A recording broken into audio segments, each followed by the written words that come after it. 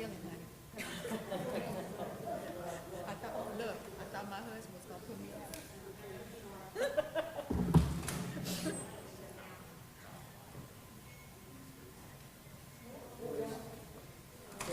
Tonight's case cover here.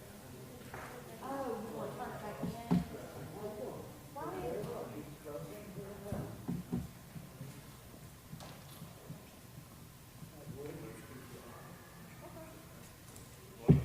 Courtney, I have a big favor to ask. I have an envelope from Mr. Williams on my desk. All right. Oh.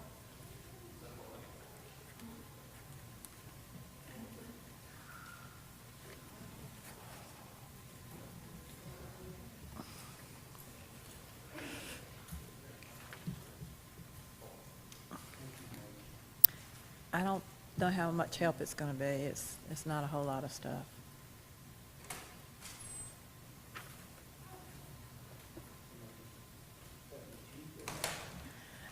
They said that's all they had. What, the plans or the drawings? Evidently, zoning still has them somewhere. They're saying archives has it, but archives can only find a few little things on it. Yeah.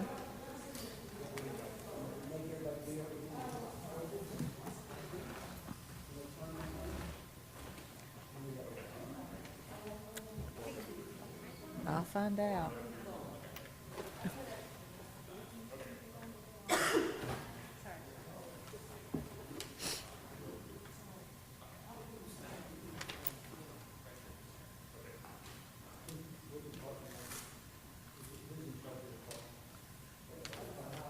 Lisa's in charge of archives.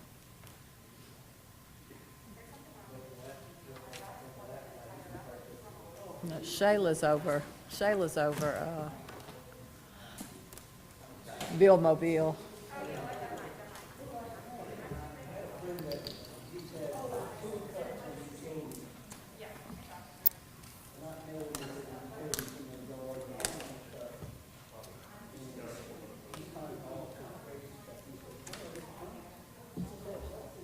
That's probably it right there. Oh. Did she bring another one? She said she was going to bring a, oh. Can you see if you can call? I don't have mine with me either. He wants.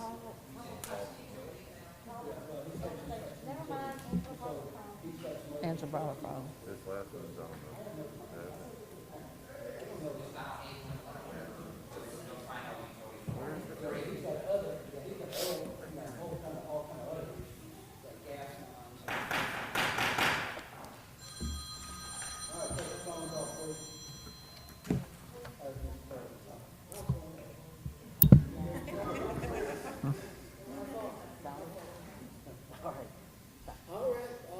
Ready?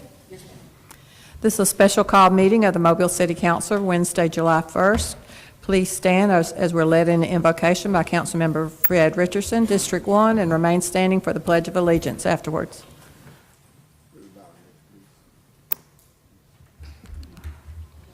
O God, our help in ages past, our hope in years to come, our shelter from this stormy blast and our eternal home.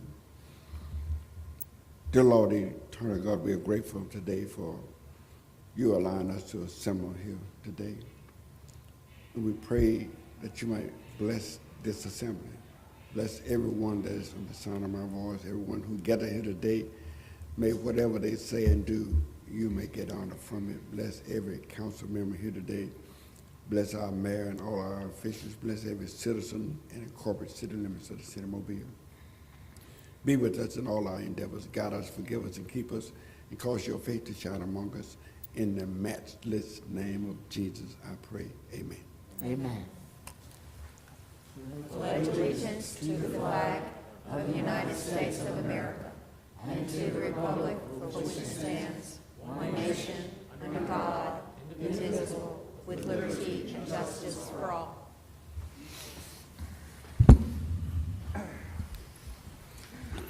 Roll call. President Manzi, Here. Vice President Small, Here. Councilmember Richardson, Here? Councilmember Williams, Here. Councilmember Daves, Here. Councilmember Rich, Here. Councilmember Gregory. Here. Statement of rules. Good afternoon. Good afternoon. We first would ask that you would turn off or silence all electronic devices before or upon entering the meeting.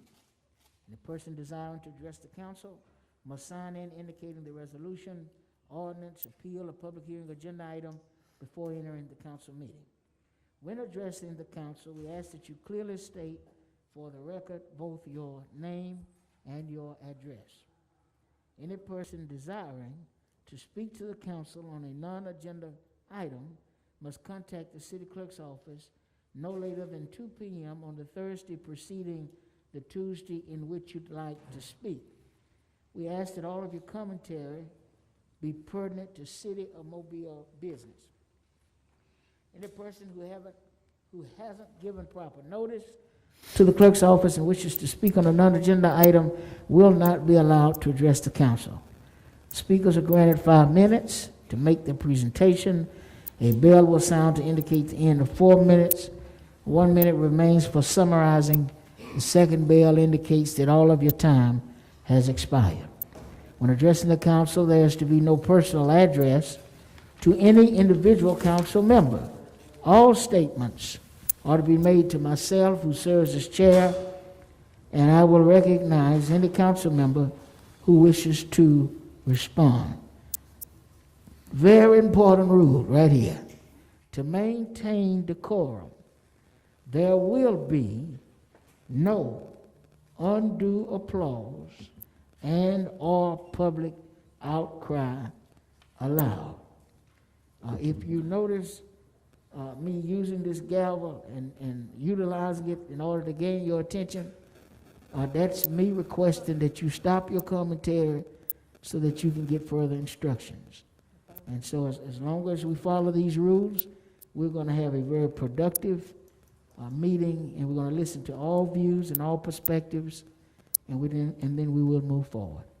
Those are the rules, and thank you for your interest in your municipal government.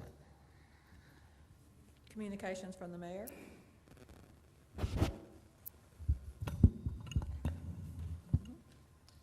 Good afternoon. Good afternoon. Good to see everyone here today. I think it's important that I reiterate why we're talking about face coverings. And it's really very simple. Our primary goal is to reduce the community spread of the COVID-19 virus, which is threatening the life and health of our citizens. It also threatens our health care resources. And further, it also, if we are derelict in doing this, it's going to hinder the ability of our businesses to reopen. We have many of our citizens who do not want to engage in the community because of the threat of the COVID virus, because they don't see people doing this social distancing. Also, I would like to thank the City Council for the actions that they took yesterday. And I'll just remind you that during the meeting yesterday that we heard not only from the Mobile County Medical Society, but also the Mobile County Health Department and the chief medical officers of the 4 primary hospitals that we have in the city of Mobile. Now, the safety of our citizens is our #1 priority. Another goal is going to be to help our citizens comply with this ordinance. You know, I'd rather see our officers hand out face masks and encourage social distancing than issue citations. I'll say that again. I'd rather see our officers hand out face masks and encourage social distancing rather than issue citations. The ordinance is an important measure to reduce this spread. I know that we have some things that we have to iron out between the ordinance that was introduced yesterday and what the council will ultimately do today. But we all know that the data is clear that in the last 2 weeks that we have seen a rapid rise in the increase of cases.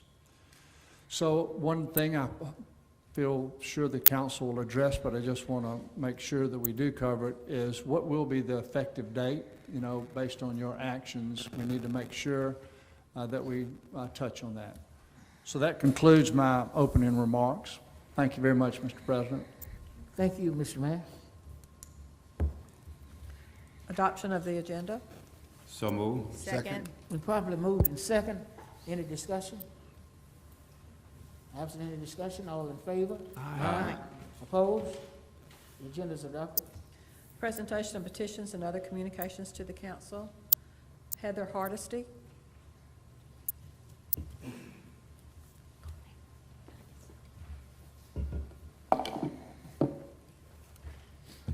Thank you all so much for being here. On the issue of the COVID-19, first and foremost, the N95 mask. Oh, I'm sorry. Yes, ma'am. Heather Hardesty, 8050 Callioca Road, Saraland. The N95 mask. Can I get your Sure. address again? Yeah, 8050 Callioca Road, Saraland. I wrote it outside if you need it. Yes, ma'am. The N95 masks, as I was saying, they filter out greater than 3 microns. Okay, the coronavirus is less than 1 micron. So clearly the masks aren't working. I think, we have to look around. It looks kind of like a circus to me. I mean, I don't want any outbreaks. I think we're all on the same page with that. But statistically, Alabama has less than 1,000 deaths. The coronaviruses, I think, are showing up in all of these tests because that's what they do. They don't filter out just for the coronavirus 19 or COVID-19. Even dogs have all sorts of coronaviruses, and I just think that it's first and foremost unconstitutional that we would have to be required to wear these masks. And the hoax actually, this hoax that I'm talking about, and it really is a hoax. It began the very day that unsubstantiated claims of impeachment were ended, that very day. So, what are we really doing here? What are we witnessing? And in 2018, there were 1.5... I'm sorry, did you say what now? I want to make sure I'm certain that I'm hearing all that you're saying. It began where? The hoax began the very day that the unsubstantiated claims of impeachment against our president ended. So what we're witnessing are the dying breaths of the enemies of humanity. 1.5 million people in 2018 died of pneumonia. And, I'm sorry, not pneumonia, another lung death. Anyway, no masks, no 24/7 coverage by media, MSM, no quarantine. So, what's really going on here? I believe that this is a battle of good and evil. I hope that you join me on the right side of history. May God bless America. Oh, and the other thing, OSHA standards for working conditions require more than 19.5% room air of oxygen. When you put the mask on, they're reduced to around 17. Even OSHA claims that it's not an appropriate oxygen level. And people are driving around with masks on. I think that that's the real problem here, and I encourage you to make the right decision. Thank you so much. Let me ask you a question. You live in Saraland? I do. Has the Saraland Council passed an ordinance relative to face masks? No. Do you work in Mobile? Yes, I do. Okay, I'm just trying to make, I'm trying And to I understand. shop here. That's great, that's great. We appreciate you coming Sure, down. thank you so much. Sabrina Mass. Yes, well, hey, come on down. Yes, sir. How are you guys doing today? Thank you for letting me address you guys today. If you could give us your name Oh, and I'm address sorry, for the record. I'm short. Sorry. Thank you. Sabrina Mass, 1050 Belvedere Circle West, Mobile, Alabama, 36606. And I would like to start out by saying, for every right, there is a corresponding duty. Our right to free speech carries with it a duty not to incite violence or harm others. Those who choose not to wear a face mask during this pandemic risk harming, That's not you. excuse me. Those who choose not to wear a face mask during this pandemic risk harming others because no one can be certain that they are virus-free, even if they have been tested. I have a right to express my opinion in this letter. I also have a duty not to harm others. Am I virus-free? I have no idea. That's why I will wear a mask. Give me liberty or give me death was a great slogan for rallying partisans to charge British muskets in 1776. It's a terrible public health philosophy in the 2020 coronavirus pandemic. State governors, city council members, mayors, and I can't speak so much for the president at this moment, they are encouraging or ordering citizens for us to wear a mask are not for liberty thieving. There are not liberty thieving tyrants. They have your life and the public interest in the hand and lawful powers to enforce their orders. And I would like to say, as a nurse, for many, many years, yesterday I sat in on the meeting, and I was very saddened by how the medical personnel were talked to. It was degrading. And another thing, one of the ladies said that the numbers from the medical personnel, the funeral directors or owners were making up these numbers for money. First of all, I'm gonna just say it, we make good money anyway. And I would like to know who is coming up with this theory that they're just making up numbers that people are dying. I tell you what, I have had many patients in my history to be put on ventilators. It is a painful process. If anyone could see the pictures of how that procedure is done, perhaps you can look it up, Google it, Google ventilators and how you intubate. And I bet you will wear that mask. And I would say this, as a medical person, I stand with my medical community. Do you think it's easy going into a job, trying to save people, and possibly they will die? I would say this, it's not like you going and you're a banker, you're a medical personnel. When you lose a patient, you take that home with you for life. When you check out of that hospital setting or whatever realm you're working on in the medical field, you take those things home with you. It's not easy. And I would say this, yes, we make good money, but we earn that money because nursing school, medical school is hard. 80 people started in my graduating class in Texas, only 17 graduated. It is not hard, it's intense. It's not anything easy. So I have a problem with what happened yesterday, addressing the professionals coming to educate, but yet people were saying these negative things to them in their presence. That was disrespectful. That hurt me, and it bothers me. So my thing is, so all these people that are going against the medical professions, do you not ever need a doctor or a nurse? And if so, those same people that are putting this falsification of they're making up these numbers, so what will happen what if you have to go to the hospital and see those same doctors and nurses that you just spoke negative about? They are not here to hurt.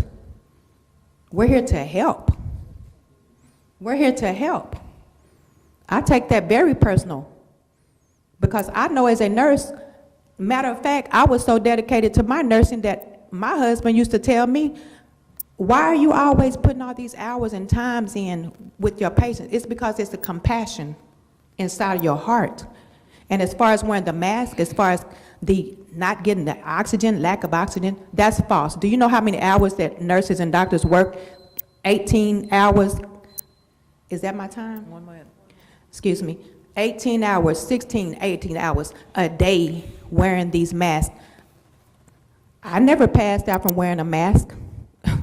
So I don't know where they're getting this information. If they have this substantial information, please provide me, because I think I'm an educated person. I do my own research. I don't go on social media to find my information.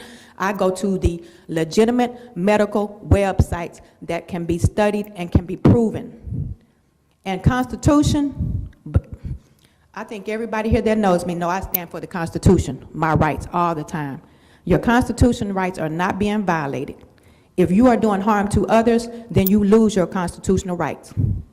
And as far as grandkids, someone talked about that. I have grandkids, they wear their mask. They're not afraid, they're not paranoid. You know why? Because they see me and my family practicing wearing the mask. They're gonna emulate what they see others doing. So someone might be putting fear in these children. So my thing is, and Mayor Stimson, I agree with the mask ordinance. Please pass it. Thank you, Ms. Bass. Reggie Hill. Good afternoon, Mr. Hill. Mr. President, Yes, sir. members of the council, Mayor Stimson, citizens and stakeholders of Mobile, good afternoon. Reggie Hill, 1007 Center Street. I rise today in opposition of the ordinance, not in opposition of the idea, but in opposition of the ordinance, and I'm going to explain what I mean by that. I want us to remember as a people that the power of life and death reside in the tongue. So we have the ability to speak over these things. The power of life and death reside in the tongue. We have the ability to speak over these things. God has given us the ability to speak health and declare that over our lives. And that is something that we have to have faith enough to express. And if we don't have that, that can be a challenge. Let me explain something why I say that. I sit on the board of directors for Dearborn YMCA. Now, within that board, I expressed my disdain about wearing the mask in a mandatory fashion within the building. However, the majority of the board decided that, hey, we need to do that. And so I have to respect the majority of the board if that's what I want to participate in. Just yesterday, I completed training for poll working. And so that means I'll be a registration clerk. When I walked into the training, I didn't have my mask on. But when probate judge Davis said that it was a requirement to be there and this was something that I wanted to participate in, that's what I did. However, there is no federal mandate that says we have to wear one in public. There's nothing federal. So anytime that I'm in the public as a citizen, I should be able to have the discretion on myself to choose to do that or not. We have these exemptions that are in the ordinance that are talking about this idea of if you're in a park, you don't have to wear this face covering. Then we had this idea after we saw an incident last week where people were congregated in a parking lot that, oh, now we're going to enforce it, however, that you have this in a parking lot. So it's certain demographics in the city that are still not in this concept of what I believe we should each be wanting to reach with this ordinance. There is not a vaccine, but yet we see these ideas of where we're going to invest money into testing. We found that testing is good for the moment that it's taken. The moment that it's taken. Yesterday we heard the top official in the medical field in Mobile County express it was disrespectful to not have a mask on. I feel it's disrespectful when we speak for hours from medical professionals and not one of them can provide the specific data for our county, for this city. That's the piece that I don't get. We can tout everything across the nation, but we can't express what's happening right here. So the same way we don't have any concrete direction from the federal government, we don't have it locally. So how is it that we can demand these things on people and we don't have any concrete instructions? So I appreciate the people who have respect for the medical profession. I have people in my family who are in the medical profession. I respect them as well, but I myself worship a higher power that has the final say-so on anything and all things, and you can speak to those things. See, this is metaphorical as well. I didn't want to get this deep, but I think it's necessary. It's metaphorical as well. We're covering up this idea for us to be able to speak to these things, for us to be able to touch and agree, and to be able to come together and send this thing back to the pit of hell where it came from.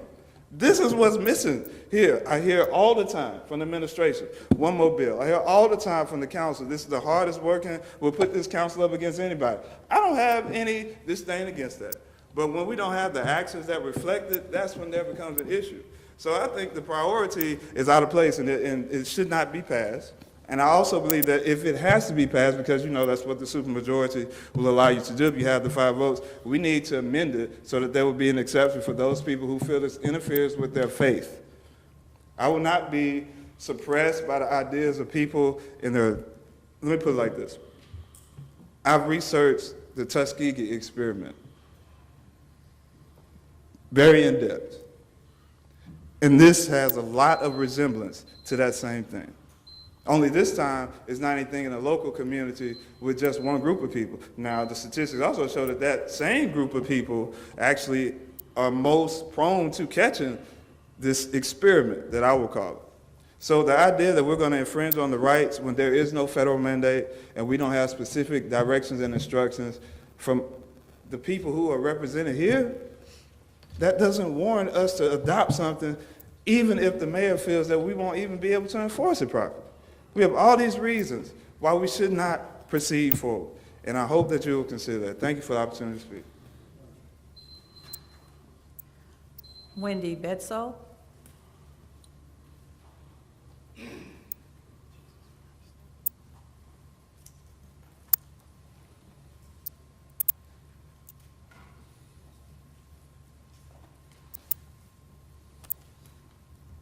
Hi, Wendy Lacoste Bedsole, 5405 Colonial Oaks Drive North, Mobile 36618.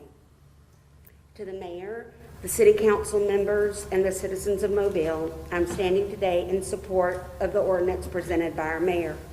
Critical questions and concerns were raised yesterday from citizens and from you. It was incredible to watch, quite honestly.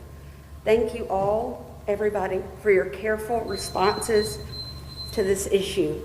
Having been present yesterday, I feel like I could make a case for our elected officials truly caring about your constituents. The physicians in Mobile County, along with the health department, stood here yesterday during a pandemic. They provided facts and they asked for a temporary ordinance that may very well save lives. In full disclosure, I am the executive director of the Medical Society of Mobile County. However, I do not have a medical degree. I have a BA in English from the University of South Alabama, but I do work for and with physicians. Yesterday, Mrs. Gregory, who is my council person, asked of the physicians who were here if she and fellow council members who were seated 6 feet apart were okay to not have on masks during this council meeting.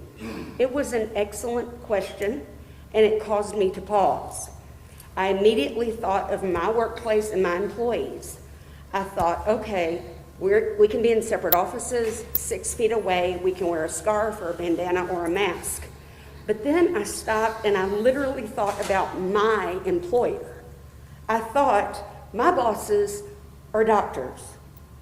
Do they have the same liberty and luxury, or even the option, to remain 6 feet away from their patients?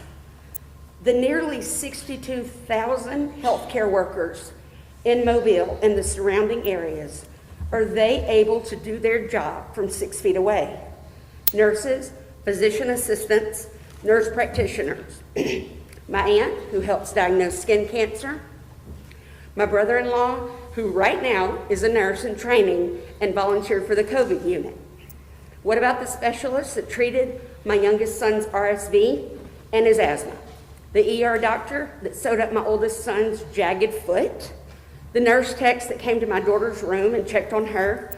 Those who have operated and cared for me, who brought meals to my hospital room and asked me how I was doing? What about the hospitalists who did not even know my family but walked into the room and cared for us as if they did? And the staff members at the nursing home on Dauphin Street who loved and watched over my mother-in-law and stepfather-in-law? Lastly, of my examples, the hospital ER personnel who ushered my mother, brother, and I into a side room after my father's passing. I can assure you that when my dad's cardiologist knelt down and took my mother's hands to bring comfort, he did not have the option in that moment of social distancing. Because while COVID-19 right now is central on our sites, guess what? Other illnesses and diagnoses haven't taken a break. Heart disease continues, Lyme disease and lupus, Parkinson's, pediatric cancer, diabetes, obesity, macular degeneration, vascular issues, infertility. I could keep going. What about those people that provide care for each patient in our city and potential patients?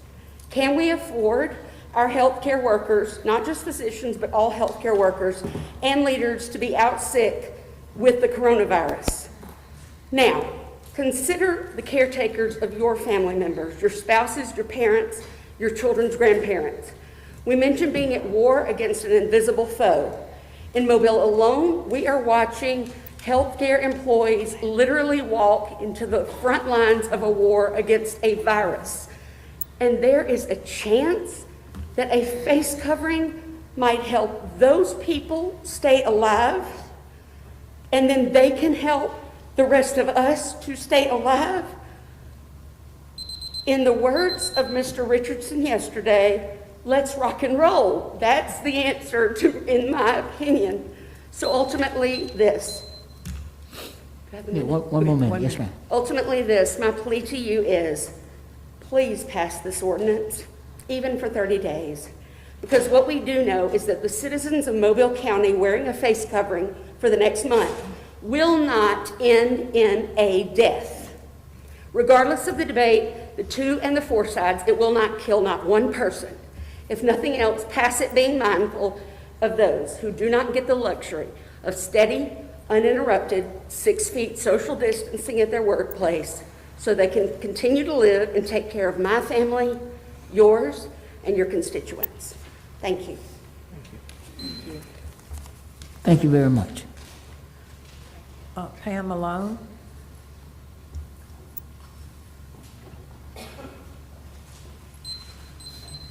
My name is Pam Maloney. I'm 3700 Cottage Hill Road.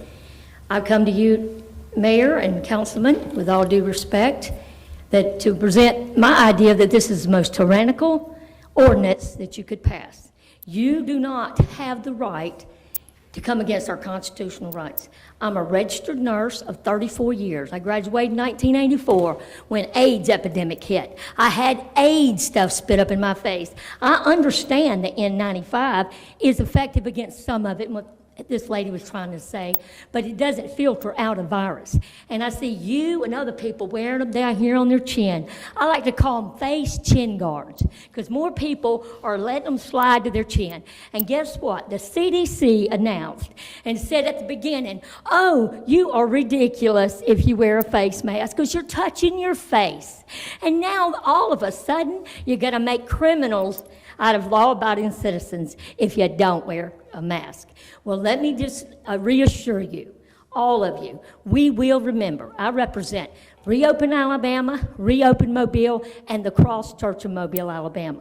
I will not be silenced. You've not seen anything yet, because I'm sick of the tyranny. I do agree that if somebody wants to stay home, they want to cover up, get it all on, put all it on. But you need an N95 new one every day. When I took care of the AIDS epidemic, when I took care of, my brother died.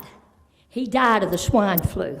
12,000 people were dropping dead. I had the swine flu. My brother got it 39 years old and died in the ICU.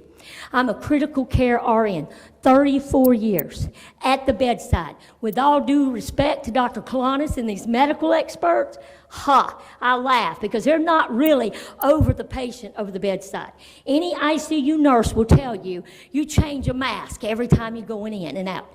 If the city is going to pay and provide N95s, which still are not effective, you need an N95 and a mask. You need to tell people to quit wearing them on their chin, because otherwise it's ineffective. And you're introducing bacteria. If I touch this podium where everybody's touching, and I notice she don't have her mask on, but everywhere, if I touch this thing, then I touch my mask, I'm putting it all in my face. I'm shoving it up my nose.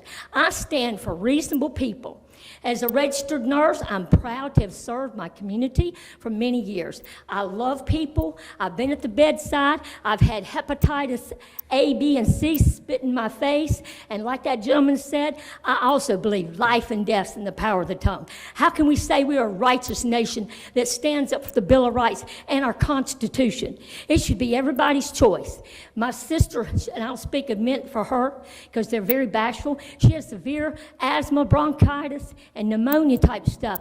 But you know what? When she don't feel good, she stays home. She's on all kinds of preventive not antibiotics, but she's on stuff to boost her immunity. But she gets made fun of if she don't have a mask on. So you're going to cause a bunch of mess, because I'm still not going to wear a mask. If I have to keep paying a fine, I'm not going to pay him. I'm going to get the Liberty Council to represent me, and I'm coming against the city. I'm going to remember Richardson. I'm going to remember Davis. I'm going to remember Bess Rich.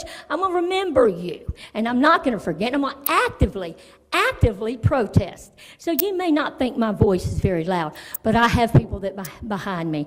I have a church, I have a community, and I do think we have rights, and that's the biggest thing. You know, we've got the schools closed for safety, yet the 0.001 child has died. Do you close school for pneumonia? Do you close schools for all these other infections that fly by? And what about when the swine flu comes back? I heard that on the news yesterday. It may come back. So we're going to throw a mask on everybody, shut everybody up again. I'm not doing it, and I'm going to lead a revolution for constitutional rights. I'm sick of it. I'm tired of not having our voices heard. I want to be reasonable.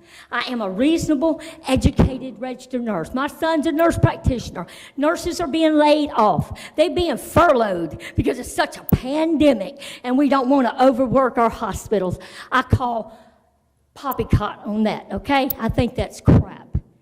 People are being laid off. They don't have enough jobs. Oh, no more. In Texas, no more elective surgeries right now. The more you test, guess what? The cases are going up. Let's test everything. A rock, a tree, your test numbers. Oh, we got more cases. But the death rate is at an all-time low.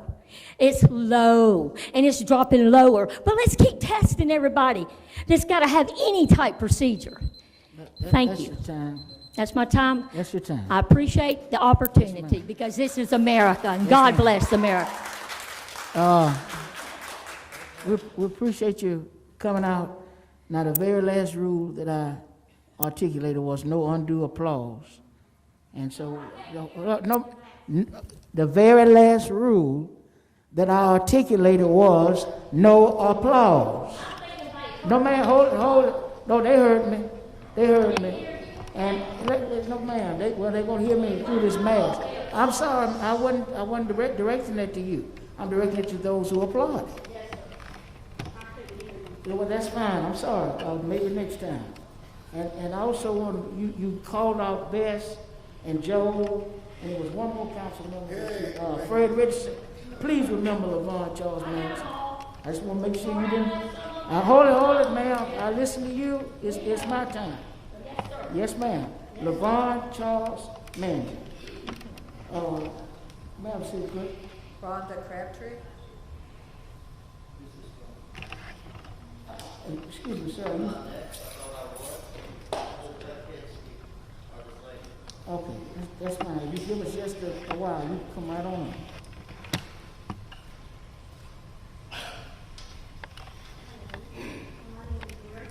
And I'm the sister that my sister just spoke of. And I do have rheumatoid arthritis, and I do take a lot Give us your address, please. My address, 3700 Cottage Hill Road. And I do take a lot of medications.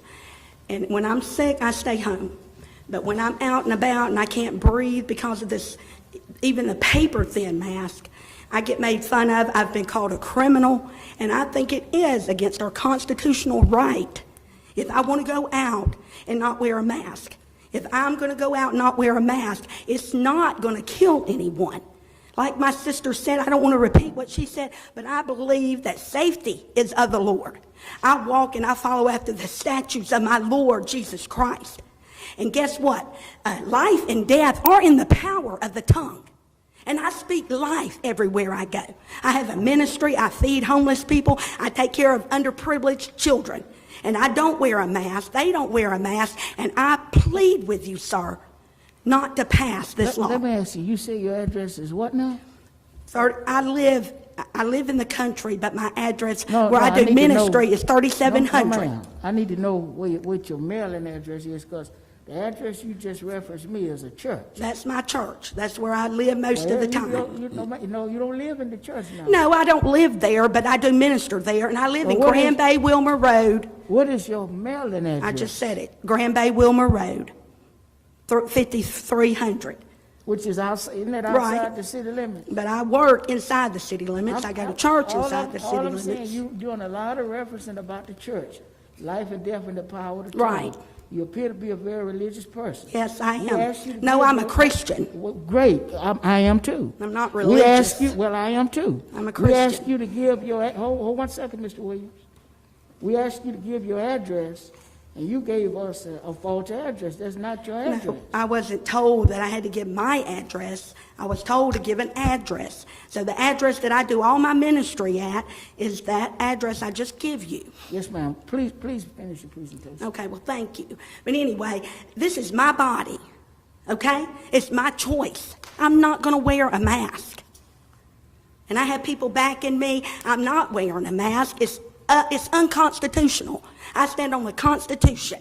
This is tyranny. That's all I have to say. Thank you. Thank you. Athena McDonough or McDaniel?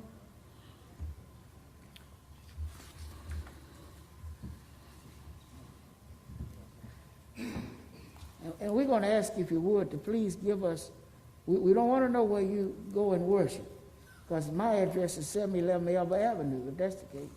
We want to know where you reside, if you don't mind.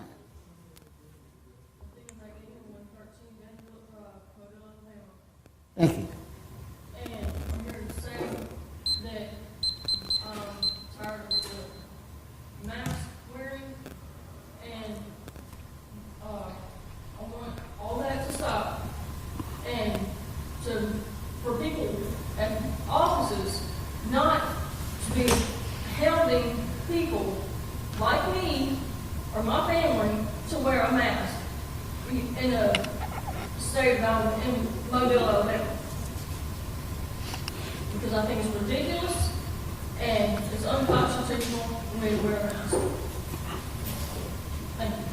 Yes, ma'am. Mr. Williams? I think it's maybe a good time for me to clarify my position.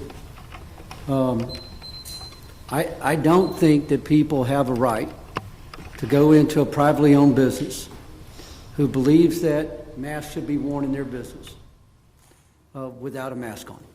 All right? I don't know if I can say that differently, but if you choose not to wear a mask and the business owner says you have to wear a mask to come in my business, then I think the city ought to back them. Before the city goes anywhere in open public place, we ought to protect those who choose to protect themselves and their vendors, and their customers, their patrons. I'm not against masks. I do think they are marginally effective. I had a lot of phone calls last night, thank you for standing up for not having to wear a mask. I do think you need to wear a mask. I just simply don't think that an ordinance is going to make people wear them. I think they're going to be ineffective, and this ordinance will be unenforceable. But if Fresh Market, Costco, the Shell station at the corner, or whatever drugstore or private business that's in our city wants to say that you must wear a mask to come in this private business, or the mayor says that you must wear a mask to come on this government property, then I think they're well within their rights. And if we want to respect others' rights and we want our rights respected, then we must do that in a mutual way. Thank you. Thank you, Mr. Williams. Matthew Crabtree. Mr. Crabtree. Do you mind telling us your name and address and your age, please? And I'm from 3700 Cottage Hill Road. And I believe that I want to go to school, and that these people need to stop and open up these schools, and that this is tyranny. Thank you. All right. Appreciate you coming down, Mr. Crabtree. Okay, now. One more. Is it Kevin Brooks? Not least.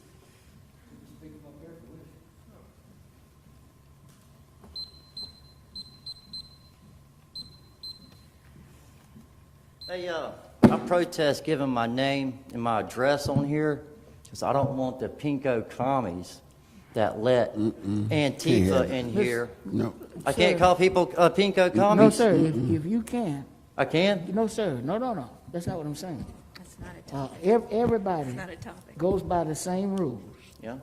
which is give your name and give your address. Well, I'm not giving my name because I don't want the people that let Antifa in my back door to start trouble on Water Street to know my address. Well, you're not gonna be able to move forward. You do the same. Appreciate your time.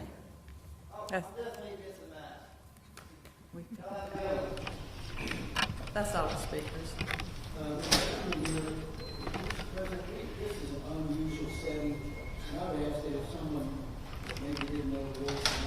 I don't have one issue. Is there someone here that would like to? Yes, sir. I actually did sign up earlier. I gave the, Well, come on down.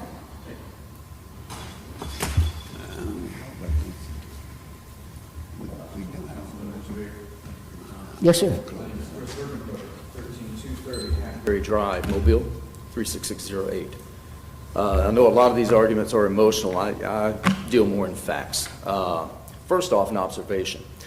In the beginning of this, everybody, the professionals came out and said 2.2 million possible dead.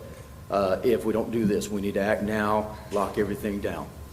And then they came out and kept reducing those numbers the whole way down. But let me get my glasses and let's get into some facts. First off, we know that those with compromised immune systems are the most vulnerable, yet some states mandated that their nursing homes take in the COVID positive seniors. Everybody panicked, started wearing masks and gloves. Now CDC says COVID-19 not caught easily from surfaces, which is reported on several news outlets, including CBS and such. According to the CDC website, most people have mild cases and can recover at home without medical care. The original projected deaths we just talked about came from Neil Ferguson at Imperial College London. That was at 2.2 million, calling for 5% mortality rate.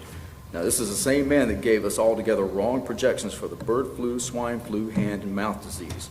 Caitlin Rivers, an epidemiologist at Johns Hopkins Center of Health Security, stated that the current best estimates for the infection fatality risk are between 0.5 and 1%.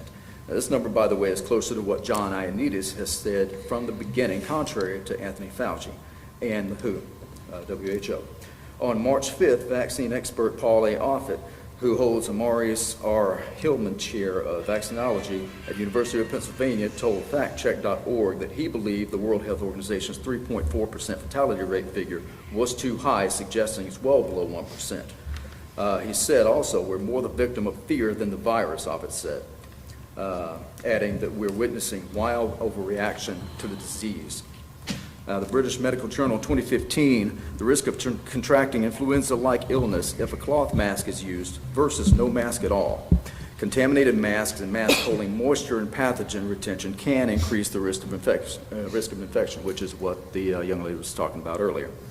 A 2016 study in the Journal of Exposure Science and Environmental Epidemiology found 97% of particles penetrated cloth masks and 44% of particles penetrated medical masks. They reported that cloth masks are only marginally beneficial in protecting individuals from particles less than 2.5 micrometers. They also referenced the Journal of Medicine. The size of coronavirus particles varied between 0.06 micrometers and 0.14 micrometers. There is zero scientific evidence that wearing a mask, especially for more extended periods, protect us. However, several studies have found significant problems with wearing one. Side effects range from headache to increased airway resistance, carbon dioxide accumulation, hypoxia, and other severe complications.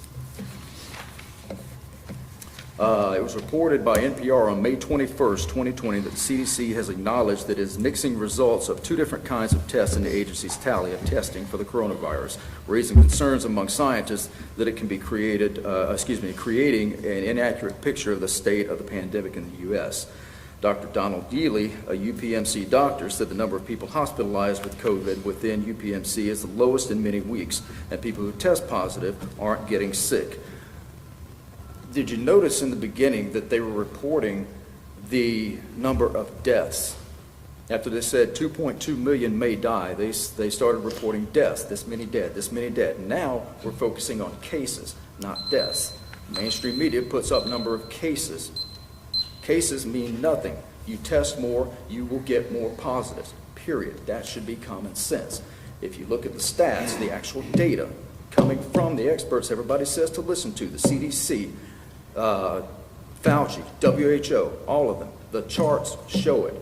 The cases are going up, the deaths are going down. Now, even Dr. Deborah Birx has stated on May 9th article in the Washington Post, as well as Business Insider, that she believes the death toll could be overinflated by CDC by as much as 25%, and there was nothing from CDC she could trust. You can look everything up that I'm saying. What is a COVID case? According to CDC website, a COVID-19 case includes confirmed and probable cases and deaths. Now, this change was made to reflect an interim COVID-19 position, a statement issued by the Council of State and Territory Epidemiologists on April 5th, 2020. The position statement included a case definition and made COVID, I'm sorry, is that my time? Thank you. Can I state one more thing? No, sir. You can leave your paperwork if you'd like. We appreciate I'm sorry? You can leave your paperwork and we can get copies and read. Absolutely. Where do I leave it? it. With the Clerk. city clerk there. Thank you. Thank you so much. City Council, Mayor, thank you for your time. Yes, sir.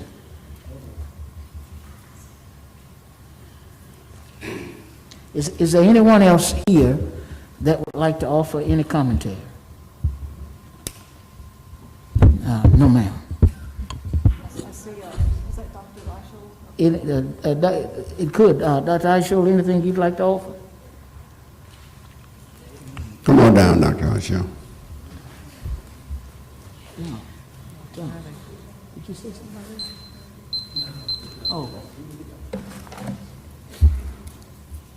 Thank you, sir. I just want to thank everybody for having this discussion. This is an important health issue. Dr. Aisho, do you mind giving us your name and Bert Aisho, Yes, sir. E-I-C-H-O-L-D, 165 South Georgia Avenue, Mobile, Alabama. Thank you. So I want to thank everybody for having this discussion. Health affects all of us. One of the questions we had about jurisdiction inside a building, fire code applies inside a building. You can't block the fire exits. The fire marshal goes in on a regular basis. Health and safety prevails over everything. And I really think it's important, and we know the data on places is that we don't have absolute cure or proof of it. If anything, we've got to do whatever we can do to help eliminate or decrease the spread of this virus for a period of time. Mr. President, I'm sorry to interrupt, but I'm having trouble hearing you because the microphone is headed that direction. If you can. Oh, Dr. Aisho, Thank if you could start at the very beginning and to speak there in the mic, please. I'm sorry about that. No, The that's audio in fine. this building is. That's fine. I think it's very important that we have health affects all of us.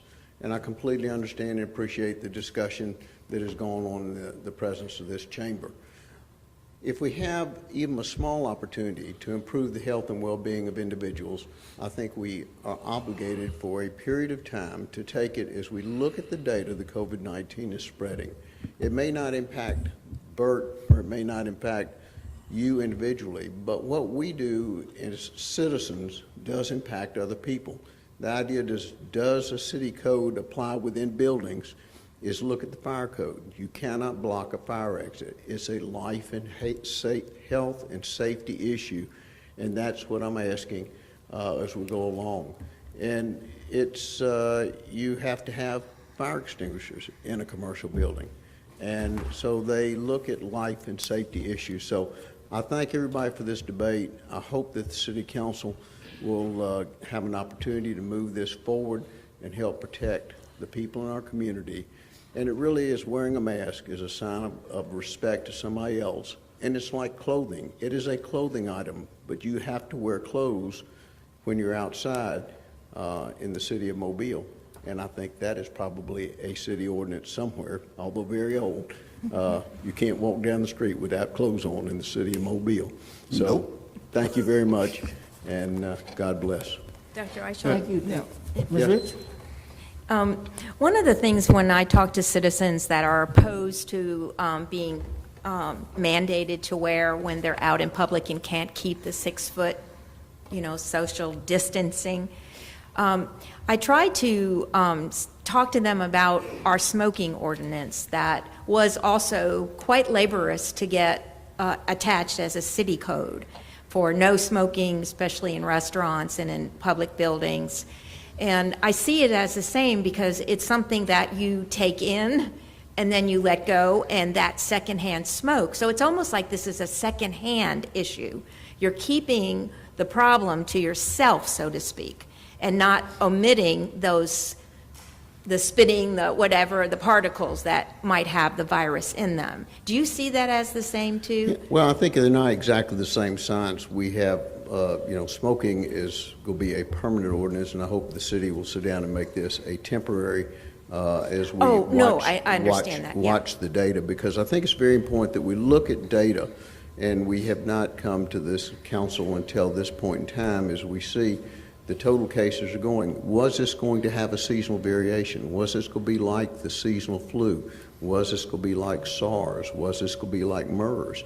Was it going to be like some of the other coronaviruses? It is not behaving like that, and that's why we need to go the next step. But it's very similar in the process that we had with the smoking ordinance. It's looking at health and safety of individuals and the rights of some individuals in the presence of other individuals. Right. And I think that's a very good analogy to show that we're all in this life together, and how we treat and respect each other, and how we help prevent the spread of disease that could negatively impact, mostly at this point in time, our older population.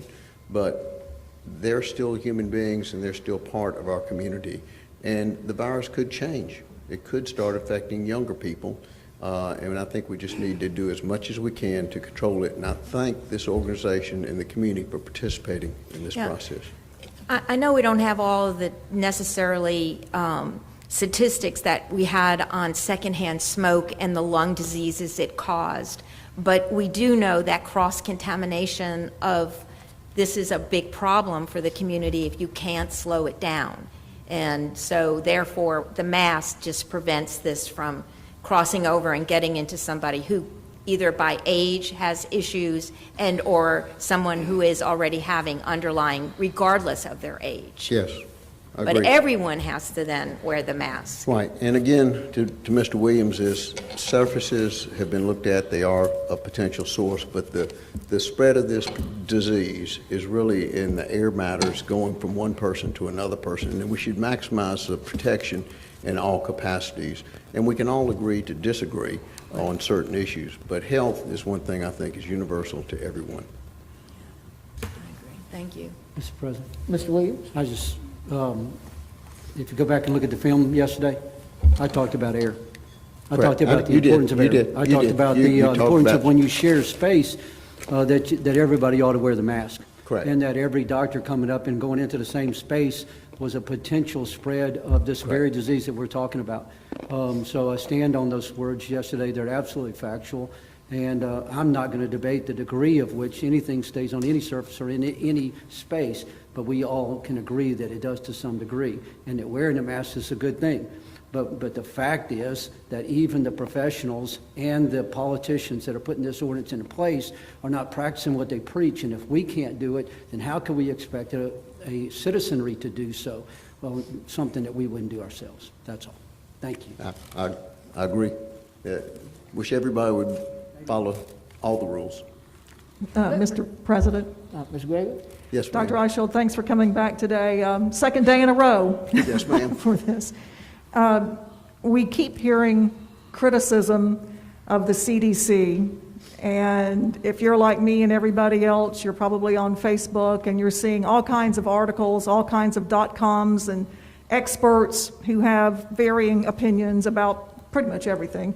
But in this case, COVID and wearing masks and that sort of thing. We got an email from Dr. Koulianos who talked about the vetting process and how things continually change because this virus continually changes, and we haven't necessarily had the same process with this as we have with others, and so things change continually. I wonder, though, if you could speak to all of the changes that we keep hearing about through the CDC. One day it's one thing, and next week it seems to be something else. How is that happening? Well, the CDC is, again, looking at scientific information, and the scientific information is coming in. The first thing that we talked about was face covering came up at the level is that we did not have adequate PPEs, so wearing a mask was one of the factors that was discussed early on, but because of the lack of PPE, personal protective equipment, the face covering issue was kind of left silent. There was some debate about it, and then as we kind of learned more, this is a process of learning how this virus behaves. This is now 104 days that this virus has been in Mobile, Alabama. We've learned a lot, and I think the CDC has learned a lot. And as we use current information and newer information and move the process forward, we make adjustments based on the data and the cases. I think there were a lot of people who were very optimistic it was behaved like seasonal flu. And as the summer months got here, but we're getting ready to celebrate the 4th of July. And so that, I think, is we don't know everything there is to know about COVID-19. And I think it's actually, there's some places that are seeing it. We don't know if you have it this year, are you going to have, like with measles, lifelong immunity? Or is it going to be like having the flu, and the next year, you're going to have to get ready for it again? We just don't know. So therefore, it's time to try to err on caution as we were a little more relaxed. We're realizing that we need to kind of pull the rope in just a little bit more. Not like when we, quote, shut everything down because we had zero data then.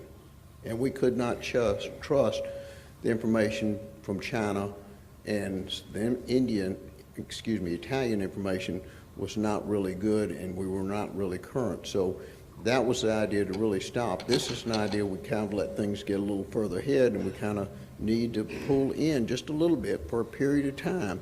Look at the data, look at the transmission rates, look at our hospital utilizations rate. And if we're going to err, I think as well of health and well-being, it's better to pull a child out of the water who you're not sure can swim than it is to have an adverse impact. And the same thing goes with this, is again, I would suggest that we pass something for 30 days with an option to renew it for another 30 days if the disease is still going. But yes, it'll be an inconvenience, and it'll be a reminder to people. I don't want to see anybody go to jail. I like what the mayor suggested, maybe passing out masks to people. We're doing that in public health. We go to restaurants and we find places that are not wearing the mask with their employees. We're giving them a mask. We're teaching them. We're educating them. I don't think anybody here wants to hurt another human being. And if this can help save or help end the spread, the transmission, then that's what we need to do. Because nobody likes, America with the conditions of COVID-19. And I don't think anybody in Mobile really likes Mobile, Alabama under the conditions of COVID-19. So as soon as we control it, eliminate it, and then move forward, we're going to be better off. Just one other thing. I think you answered the question about why wear a mask at all, because obviously wearing this mask is not protecting me, it's protecting those in front of me. But the asymptomatic people, we keep hearing, I feel fine, I don't need to wear a mask, or I think we heard even yesterday, asymptomatic people do not spread the virus. Asymptomatic people do spread the virus. So sorry about that. If you've got the virus, you can spread the virus. Just because you don't have a fever, just because you don't have symptoms, you can spread the virus. Again, if you had symptoms, it takes probably you're spreading the virus 2 days before you have symptoms. I have people who have friends who have young adults who have come back into the home right now, and one of them's a cancer survivor.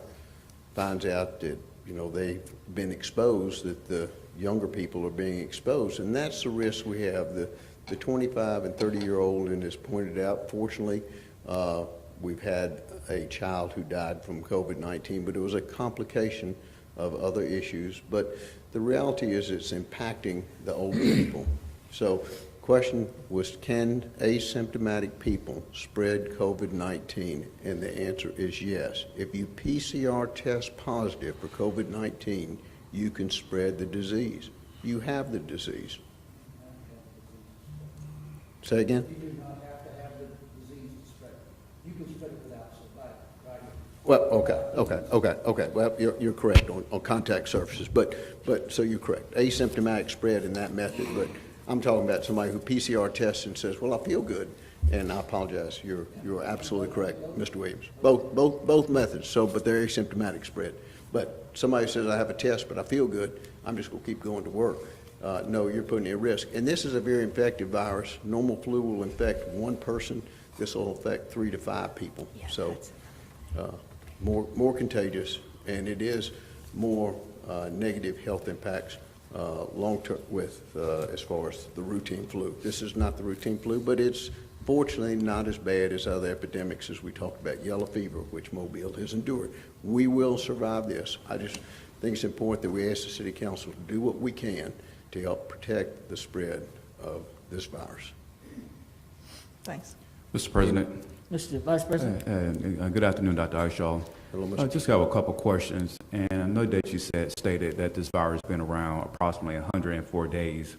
I had several constituents have stated that they believe that the virus has been around longer since, February, January. Is there any truth to that, or is it just true that it's been around 100 days or Well, I'm talking about Mobile, Alabama. Yes, sir. So That's what I'm saying. We're a Here in very Mobile. transit community.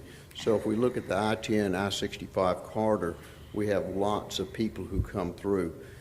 We know the first case was out on the West Coast, and then they claimed that was case number 1, I believe, in the Seattle area in the United States. But then they did a post-mortem examination, and there was somebody who had died, and they found evidence of the COVID virus before that. But the evidence of saying it's been around prior to, in the United States, prior to really the first of the year, may have been late January, some people may say, November, but that's the earliest time that COVID-19 in the United States has been around, and it's the exact date I can't tell you because, as you described, there've been some asymptomatic spread, but basically it's in Mobile, we have our first case. This is 103 days. Somebody could have had asymptomatic spread and not felt bad and just thought they had. What we had is we had a lot of people who thought they had the flu and thought they may have had strep throat. We ended up testing them for COVID, for flu, strep, and for COVID. Almost 90% of them tested who were sick, had fever and symptomatic, were actually the flu early on in the January, February time frame. So the symptoms are very similar to the flu, except this can be a much more serious illness. Second question I have is that I know that you have the authority to mandate countywide the citizens of Mobile County to wear masks, but you stated, not quoting your words, but you want Mobile to be more like a model child to see exactly, for you to mandate it countywide. My question is that if this passed today for 30 days, when would you know that the city of Mobile would need to, extend it more than 30 days, and would you need to mandate it countywide? All right. The discussion, first about countywide, was on discussion with the governor and with Scott Harris, the state health officer, was the idea is that we need to look at the municipalities where we have the most disease, as we talked about yesterday, and have a further delineation of that. But that was the idea is we need to have focus on those because all shoes don't fit every foot.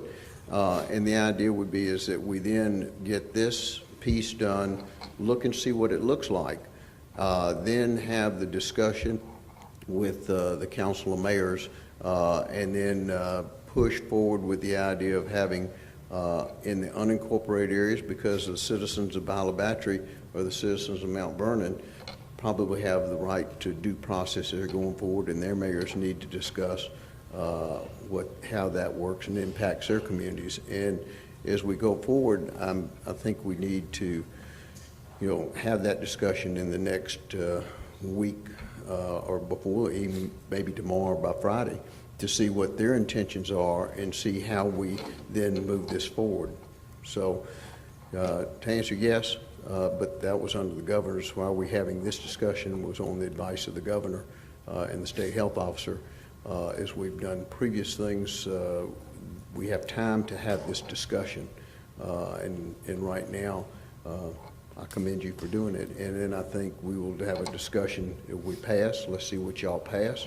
And then have a discussion with the other mayors and give the opportunity, and then see where there are any gaps or how we best protect the health and well-being of our community. So what would be your recommendation for the city to look at this and state that we need to leave it at 30 days and be done with it, or extend it more than 30 days? Should we have 3 weeks time, 4 weeks? I think the general, we have to kind of look at what the governor's order has been. It's been expiration date, so I'd say have an expiration date and then automatically renew it if there's, evidence this is the summertime and go. But if at a maximum 120 days before we have to have a discussion, or 150 days at this level, but look at the data and, it could renew as we go forward. If for some reason this has seasonal variation, then I'd love it. I mean, I think everybody would, is all of a sudden we see it going away like the regular influenza A, B that we have. So my suggestion would be at least 30 days, maybe 6 weeks, and then look at it again and renew it for another 6 weeks to 12 weeks. And I think somewhere on the order of 90 days, we'll have some good data. If you wanted to put in until the epidemic or the pandemic has ended, that's completely at your discretion. But I think the public would find it more palatable to have it somewhere, on a time frame that's not like the smoking ordinance. This is forever. That's permanent, yeah. Yeah. So I'm not trying to put words in your mouth, but you don't think 30 days would be long enough to really tell? Is that what you're saying? I think that 30 days is just, this is a skyhook because we don't really know what's going to happen with COVID-19 in the next 30 days. I just say that as an absolute bare minimum. Personally, I would say 60 days would be more realistic. Let's get through the summer, and then have an opportunity if you wanted to have another 60 days after that, based on data. But I think hopefully, this is just Bert Eichel's opinion, medical science is working really, really hard for a vaccine, and we hope that something will be out before the first of the year. So if the virus will slow down, we will end up having a mixed of influenza and COVID when we get to September, October timeframe. So, face covering would help with that too, but because the portal of entry is still through the nose and the mouth for the main spread of the disease. As you pointed out, Mr. Williams, the surfaces is where you rub your hand and, put it to your face. And I think we're all trying to do that. I personally have one coffee cup that I keep in my office, and that's what I drink coffee out of, and I've quit drinking coffee at the office. All right, thank you. So, thank you very much. I have Yes, more ma'am. questions. And before you go, I hate to keep monopolizing you, Dr. Eichel, but since Councilman Small was asking about a timeline, with the governor's order staying in place until the end of the month, and she has some mandates in her order. So if we do 30 days, like you were suggesting, we would be mirroring her order and then putting a few extra things on top of that, like retail and some general spaces, because her order already has a lot of mandates. Well, it does, and if the city council wanted to sit down and say, and if this one renews based on the same time schedule of that order, I think they're getting the best. They're getting the scientists from University of Alabama, Birmingham, and School of Public Health in Birmingham. They're getting real solid information, and if you wanted to tie this to the governor's order, that might be a very easy way for this as a legislative body to sit down and say, is that renews, this renews. But you're correct, and it's the reason the governor's doing it is because we don't know, and you know, we just need to be as cautious as we can and save as many lives as we can. Right, because there are already so many mandates anyway under her order. It would seem to make sense if we do something that we would mirror hers for only the timeline that she has extended, rather than trying to go out a further 60, 90 days, something like that. That would be fine, and I feel very good that she's got really, really bright people working with her timeline, and the idea is that we just need, and right now we have a high instance of spread as the new maps have come out with the state. We're in orange, but I anticipate in the next week or so we're going to be a red county.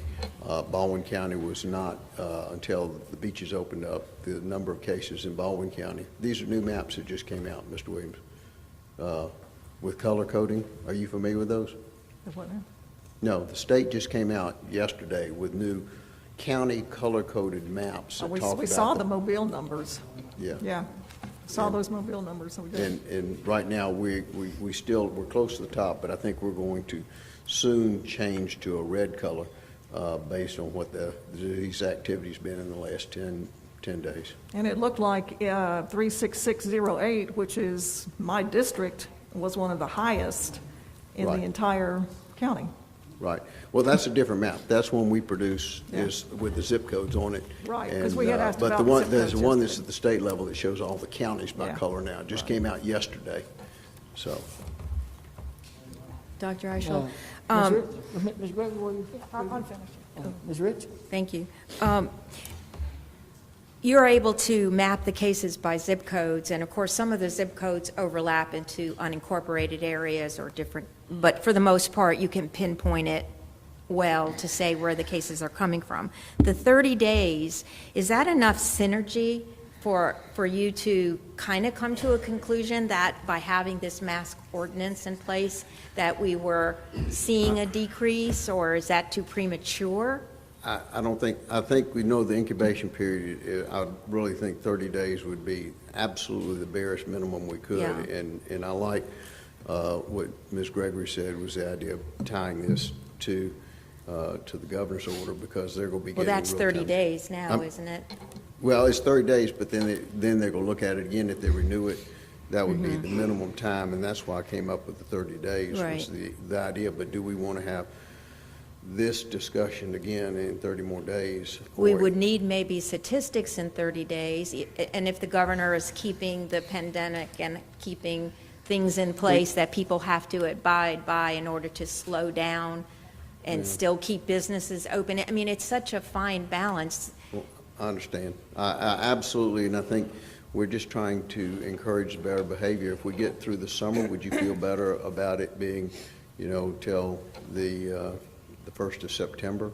Or get through the holiday weekend at the end of the summer might be a real good time to then get your data back to look at it then. And so that way we have the 4th of July holiday, and then we have Labor Day. And then get through Labor Day as we then get a chance to look at more data and consider extending at that time if the council found that. I mean, people, the numbers are counted every single day, and it's reported. People have a website they can go to. The mayor's been good about, contacting citizens with the numbers. So, I mean, people can watch that on their own, but I'm just wondering if the goal is, like I said, we want to keep businesses open. And I have people calling me to say that they have walked away from a business when they didn't feel comfortable because people were not social distancing and they weren't wearing masks. So I think that the economy would get better when more people felt like they could come out and participate in their grocery shopping and not have to do it online or whatever. Well, I think that's factually correct, and I think that people are staying inside because they don't feel like other people are respecting their rights and their health and their well-being. Right. And so hopefully that would encourage. But again, I completely agree with the economy is extremely important, the healthcare is extremely important. Absolutely. It is a fine line that we have, and Mayor, what would you, timeline think would you? Go with the governor's time. The governor's thing, okay. All right. So- Well, hopefully we can get some numbers that the community could be aware of if there's either a flattening, or, that the numbers don't keep going up, if people will participate. Like I say, I wish I could tell you, my crystal ball was clear, Right. but we really have to keep looking at the data on a regular basis, and one shoe doesn't fit all. So, Right. And I think when the hospitals shut down elective surgeries, that was very unfortunate for a lot of residents in our community. I mean, not getting their basic Well, needs met, and well, I think only that was really true. emergencies being seen. And I think this will help even when people need to go get their elective surgery or get their health care right now. People are scared to go get their teeth cleaned. Right. And Mr. Days, you were spot on about the hospital. This has been, yesterday, very economically negative impact to the medical community. I think so. I think that was definitely compromised when it was shut down. I mean, and then that sent a message to citizens to stay away even when they tried to initially reopen. Right. Any? I have a couple, if you don't mind. I was not here yesterday, but I did review the meeting and appreciate the time that you've expended and the time of others, of all opinions and perspectives and vantage points. This is really worked out to be a very emotional issue, and I can appreciate the arguments and merits of the arguments on both sides. I guess the question I have for you is, don't you have the authority to do this in and of your office? Correct. Countywide? Correct. That So the authority, why are we the doing authorities in state law that allows the state health officer, Jefferson County health officer, and the Mobile County health officer. It's very vague. It's a very old law.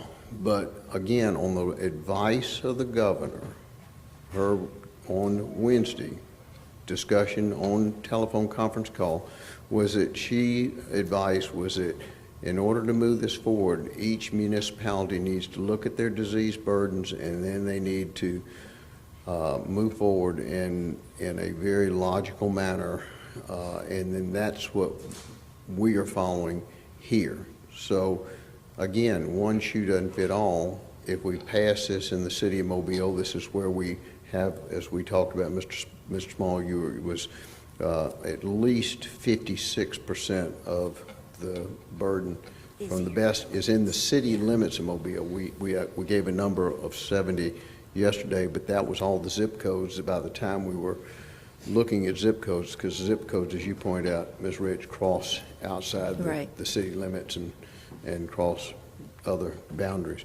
So that was the guidance that we had. So we're here to support the community effort. You heard all the chief medical officers from all the hospitals. Yesterday, you heard the County Medical Society, which all the physicians. You hear your county health officer, and then we're going to follow through with doing some other issues, but it's really fundamental that we get this from the city of Mobile. And as the governor pointed out, the enforcement piece comes really from the municipalities. And if we don't get the municipalities to own it, then we're really not going to have the impact, is how the government made her statement. We've had some speakers here from other municipalities. One from Saraland, a couple from Grand Bay, it appears. So what would the game plan be if this is, and let me just state for the record, I'm a sponsor of this ordinance, so I'm on board.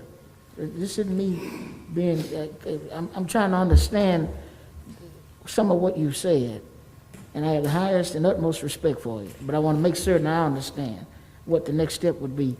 Okay. So we're gonna pass here the ordinance, potentially, and then the goal is to go to the other municipalities. So what if you don't get support in Saraland, or if you don't get support in Grand Bay? With all of us kind of being interconnected, the 4 hospitals that are here, those persons come from all of the cities. Well, they actually come from further away than that. Right. No babies delivered in Washington County right now, so all labor and delivery out of Washington County.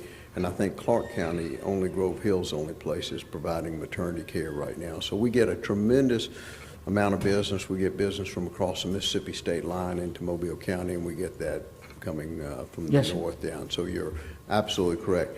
The plan would be, let's see what this organization passes, and let's consider it as the model for us to go forward, for us, the health department, to go forward with the other municipalities and encourage them to do a like and similar manner, and then see where we have any gaps or where we have any opportunities. And again, looking at data, if it turned out to be in, say, the community of Balabatry, which I don't think is true, and I don't think it's true for any community, this disease crosses all geopolitical lines, is that they turn around and said, we've tested everybody in the city of Balabatry and we have no COVID-19. You know, that could be an argument for them to say, why should we do something if we've tested 100% of our population? My argument would be is that there's still people coming in, you know, retailers and, you know, bringing things in, and are you going to test on a regular basis to make sure you don't have any spread of the disease? So that would be an example where you'd say this particular entity, because they're going to have the capacity and the desire and they're testing frequently their population, okay, they're going to find the cases early and then isolate them. In our case, we have such a large burden of disease at this time, we have to just stop the spread of it. And then we will continue to track the cases on an individual basis, which we're doing now. So somebody tests positive, we are communicating with them. We're then testing their immediate contacts, and then we're quarantining them. In fact, I signed a quarantine order yesterday afternoon. So we still have some old quarantine laws that have to be used occasionally when people won't do what they want to do, but not very often. Most people do what they're supposed to do. When you're tracking this law, should it go into places in the city and our planning jurisdiction? It will go into Correct. that area too, And which might help you with the zip codes. and that's exactly right. So, yeah. You know, and so that's going to be, and then so we'll sit down and see where it goes. And so I've been in communication with representatives of the various mayors, and then we will get this out. Mayor Stimpson said when we pass this, he will make sure I get a copy of it, and then I will make sure it gets out to the others, and then we will push forward. It's, you know, it needs to be a team effort.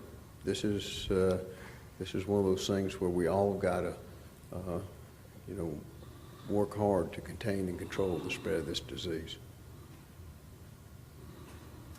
Thank you. Any other questions of Dr. Eisner? Not? Thank you so much. Well, Lynn, thank you, everyone, Thank and you. have a safe and happy 4th of July holiday. Thank you.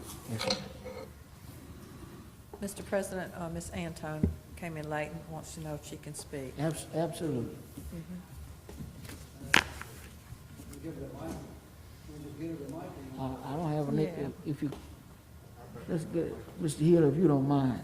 Thank you. Okay.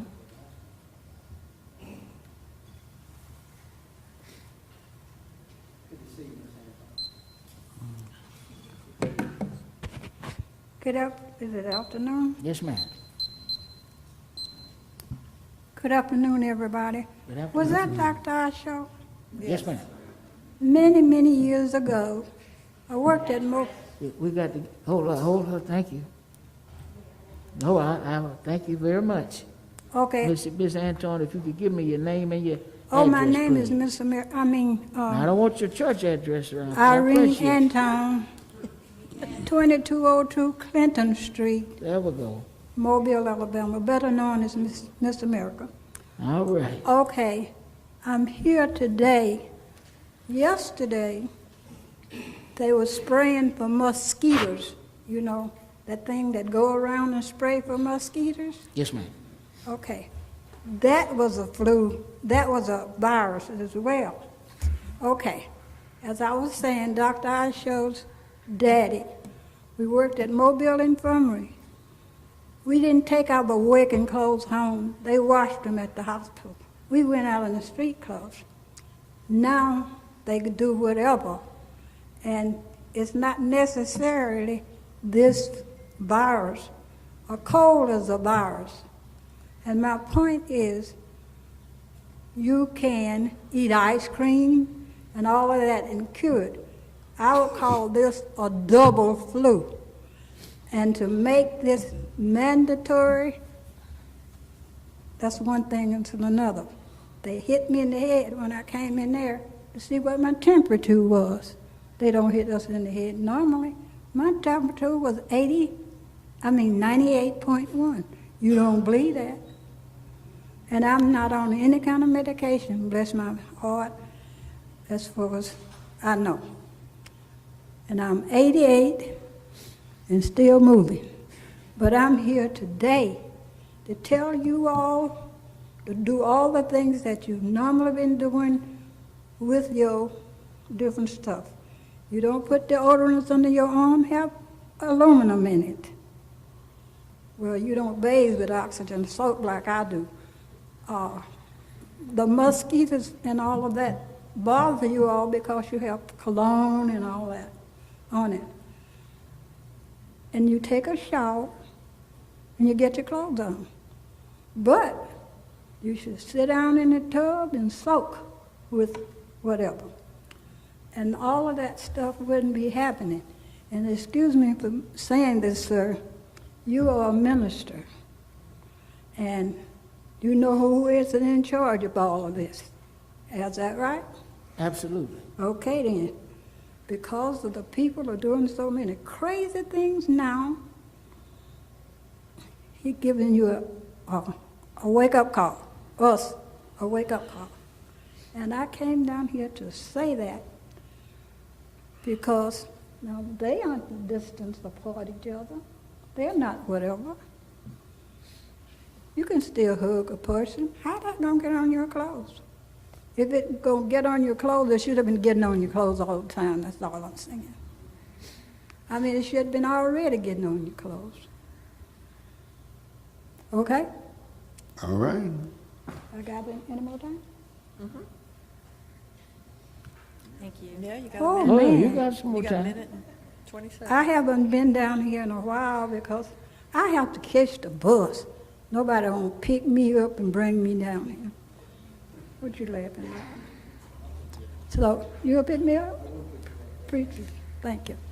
And seriously now, they have on the TV that District 1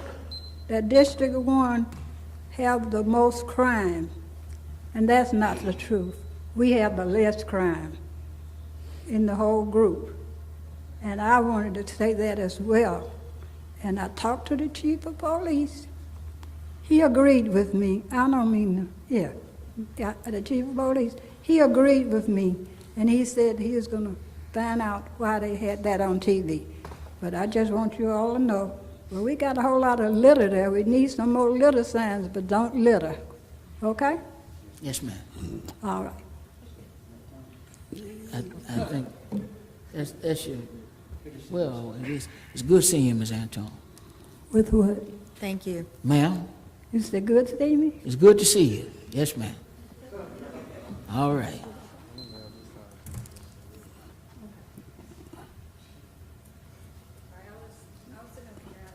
Well, come on. If you could give us your name and address, please. Yes. Jennifer Poor, 5497 Regency Oaks Drive North. Okay. Email? I emailed, yes. So thank you for giving me the opportunity to just say something. I really can see the view of everybody that I've listened to speak here. Everybody has, very good opinions, and they all matter. And you have a very difficult job. I don't, wish that I was in your position at all. But I'm a physician, and my husband is an ICU physician. He takes care of the sickest of the sick right now. He's been, on the front lines. We have 6 kids, and so from my perspective, I think there's a way to go about this that accommodates everybody. And somebody did talk about it earlier, about at the level of the businesses. We don't have a right to tell a business that we're not going to go by what they tell us to do. Just like we all wear shoes in businesses, we should all wear masks. So if the businesses required masks, then I believe that everybody would at least know they need to get a mask. And right now I feel like a lot of families don't have masks. They don't know how to get them. They don't know where to get them. I know there's videos of how to do it and all that kind of stuff, but I made masks myself, and it wasn't as easy as I thought it was going to be. This is my doing. But kids don't, they don't fit in the normal size masks. And so we have a lot of things that go into this decision. And if businesses required them and they had them, right there at the business, like when you go to the eye doctor, my 6-year-old didn't have a mask. We had to buy one. It was $1.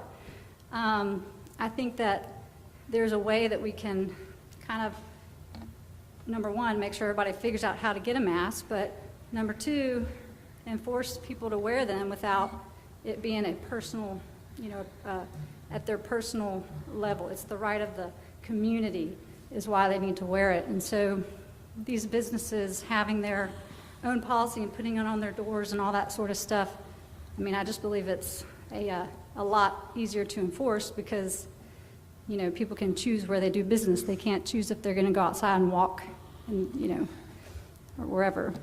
I also think of instances like being at the park and sitting on your, on your blanket. Nobody's near you. There's zero chance of spreading a virus at that instance. So how are you going to enforce people to wear masks in instances where it's not necessary? And so every place, every business, every city, building and everything can really evaluate their specific situation, make their policy and put it up where everybody can see it. And I think everybody would follow that, or else they can't go in. They can't participate. And if a business specifically wanted to be subordinate or not follow your recommendations, people can choose not to go there. And frankly, I don't go somewhere where people aren't wearing masks. So, I don't know, that's just my thought, is that a blanket ordinance is going to provide some enforcement issues and create some subpopulations of people that are going to stand up and say they're not going to do it no matter what. And I don't know, I feel like we can come to a compromise or make it an easier way just by every single place you want to go has their own mask policy, and hopefully they'll make the right choice and have no exceptions. You have to have it, but if they don't go there. Can I comment? And I appreciate your thought process on that, because with the smoking ordinance, as the city was debating it, it took a number of years, but we found that a lot of corporations did have policies. And so the method of, if we took away people being able to smoke after they ate, they would go out of business, but all these restaurants were doing it on a natural type of event because they were actually seeing people turning away if they allowed it to keep happening. So I see it as almost like a dovetail situation. I'm just hoping this is so temporary, but in order to keep people feeling like they can go into a business, then maybe they could take our policy that we're saying is, and they could put it on the door of their business, and it would take them out of the loop of having to say you can't come in, but we would be the individuals, the government, which I know that's what people do not want. I get that. But it's a way under these conditions with the timeline that we have in order to keep businesses open, because the last time of getting businesses closed was devastating. Well, and we're trying to do something that allows people to go out and to still participate and not feel like they are putting themselves at risk. That's right. Businesses are going to want to be open. They're not going to want their employees to get sick. No, of course. They're going to want their employees to wear a mask, right, and for customers to wear a mask. Right. And there are some corporations that have put down the gauntlet of saying that you can't come in, and that was certainly their choice. And should more businesses do it? I think they should. That would be a wise business decision. But Absolutely. we're taking this because of looking at what we did last time and how disruptive it was on numerous levels. So it's a way to get it accomplished under this timeline, to try to keep the numbers down and keep people well. Any other questions, any other comments? Thank you so much. Yeah, thank you. Yes, ma'am. Is there anyone else that would like to speak? Mr. President, Mr. Richardson? before we vote on the orders that before us, I would just like to make a few comments. We're going to open it up for anybody that would, any other council member. Mr. President, we don't even have it before us. We don't even have a motion before us right now. Right. Let's get it. Mr. President. Well, ma'am, one second. Now, no, ma'am, no voice bill. We might need some help if this occurs. One more time. We're gonna get you some help. Yes, ma'am.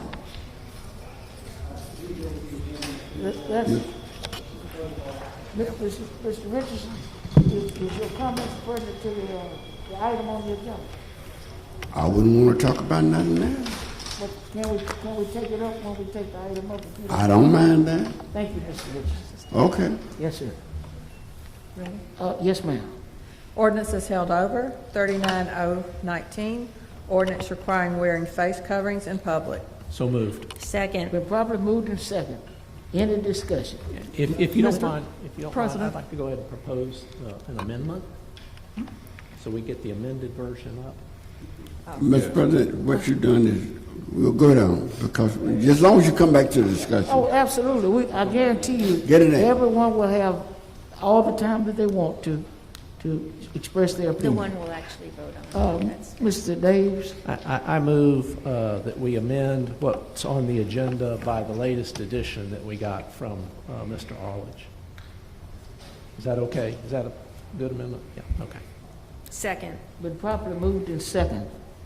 Any discussion? I think that we could have that read for the record in its entirety, all the changes, because this is kind of going on very quickly. Generally, we'll be on to the next regular scheduled meeting, but the decision of 5 or more council members have decided that we need to do this today, 24 hours after its announcement. Yesterday afternoon. And so, for the sake of clarity and transparency, maybe we ought to have all of the changes Why don't we just, heard in the last 24 hours read out. why don't we just ask Mr. Arledge to read the amended version in its entirety? Well, I mean, are you saying Mr. the Arledge, if you entire would. thing or just? Or have the clerk read it. It's not that many pages. I'm in favor of having the entire ordinance, the amended version, read in its entirety. The amended version. Madam City Clerk, will you read the entire ordinance that's before us so that everyone will be familiar with all tenets of this proposed ordinance?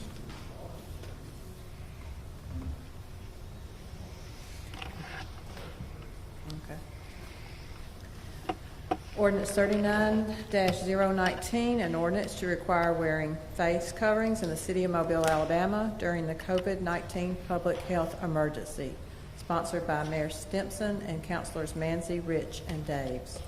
Whereas by proclamation dated March 13, 2020, Governor Kay Ivey found that the appearance of COVID-19 in the state of Alabama creates the potential of widespread exposure to an infectious agent that poses a significant risk of substantial harm to a large number of people, and declared a state public health emergency under Alabama Code Section 31-9-1 et sec. Whereas, by resolution and proclamation of emergency dated March 17, 2020, the City Council of the City of Mobile, pursuant to its authority to provide for the health and safety of persons and property under Alabama Code Sections 31-9-10, parentheses B, parentheses 1, and to preserve the health of the inhabitants of the municipality under Alabama Code Sections Section 11-45(1) declared that it is in the best interest of the city to adopt policies and procedures consistent with directives from the Centers for Disease Control, CDC, to prepare and protect the city from dangers arising from the unprecedented pandemic arising from the spread of COVID-19. And whereas the City Council is authorized to adopt ordinances to preserve the health and welfare of the inhabitants of the municipality, Alabama Code Section 11-45-1, and whereas the Council finds that COVID-19 presents a clear and present threat to the health, safety, and welfare of the residents of the City of Mobile, and that it is in the best interest of the community to require the wearing of face coverings in public places to control community spread of COVID-19 in the City of Mobile and its police jurisdiction. Now therefore be it ordained by the City Council of the City of Mobile, Alabama, that face coverings shall be required in public places within the City of Mobile to slow the spread of the novel coronavirus disease known as COVID-19 as follows. Section 1, definitions. 1, face covering. A device to cover the nose and mouth of a person to impede the spread of saliva or other fluids during speaking, coughing, sneezing, or other intentional or involuntary action. Medical grade face coverings are not required. Coverings may be fashioned from scarves, bandanas, or other suitable fabrics. The face covering must cover the mouth and nose of the wearer. A face covering is not a mask for purposes of Chapter 39, Article 9, Masks, Sections 39-191, etc. 2, public place. Any place other than an individual's home or personal vehicle that is generally open or available to the public, including retail stores and transportation services. 3, social distancing. Maintaining at all times physical separation between individuals of not less than 6 feet. 4, vulnerable individuals. Elderly individuals or individuals with serious underlying health conditions, including high blood pressure, chronic lung disease, diabetes, obesity, asthma, and those whose immune system is compromised, such as by chemotherapy for cancer and other conditions requiring such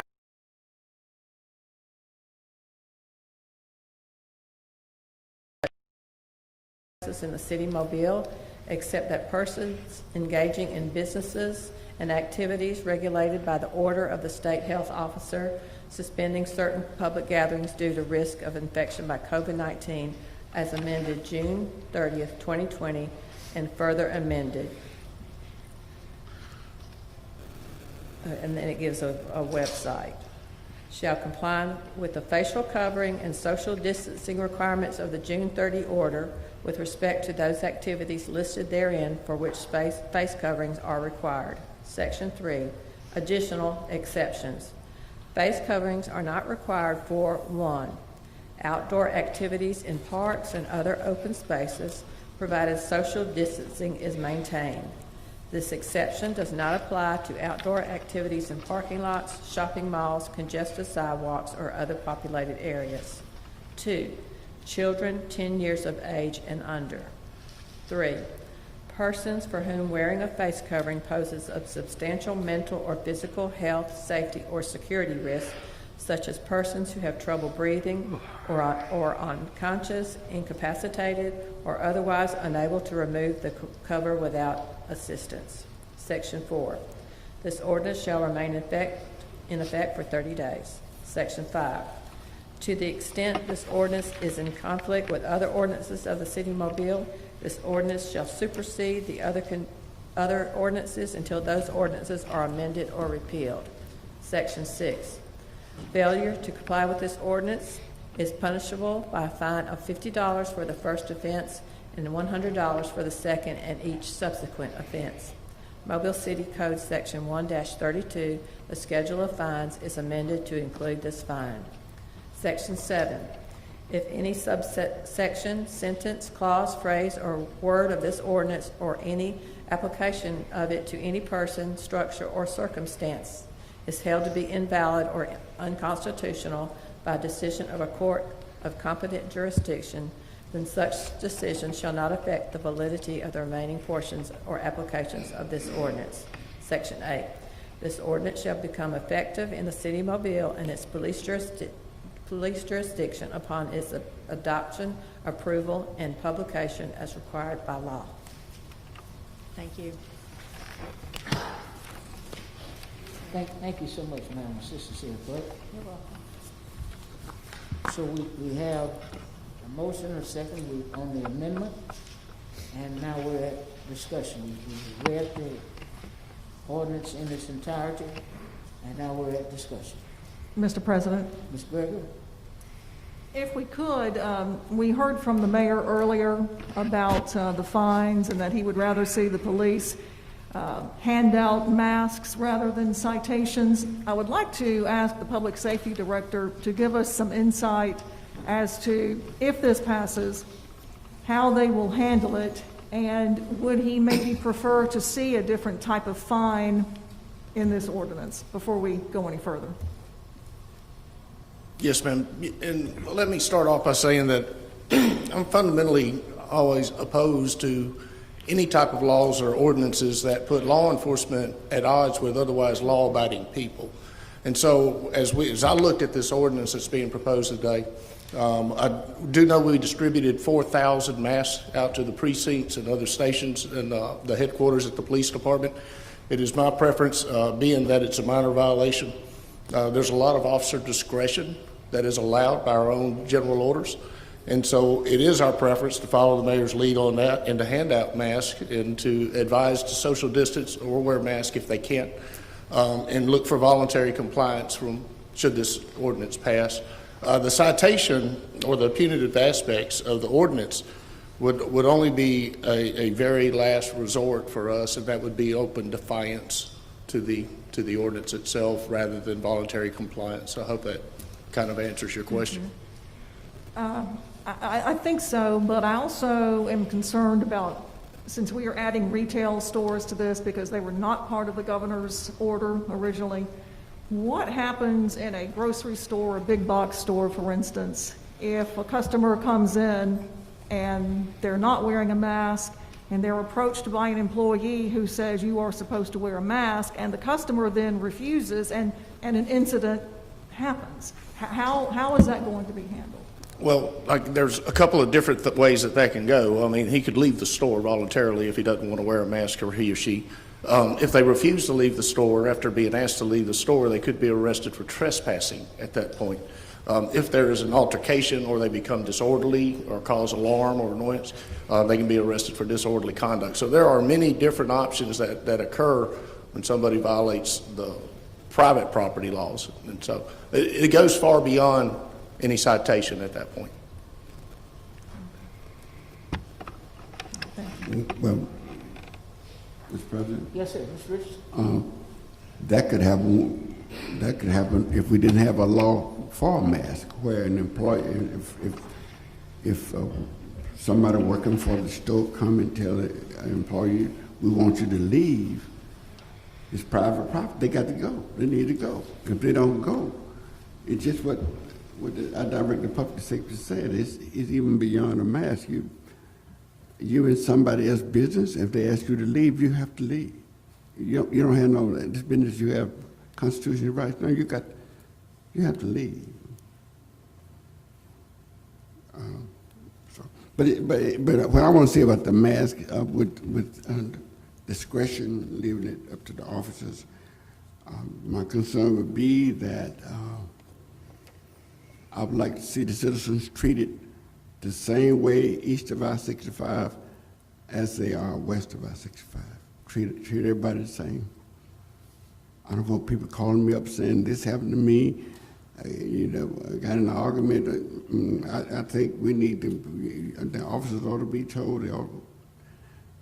They ought to be consistent on how in applying whatever they're going to do about the mask ought to be consistent across the board.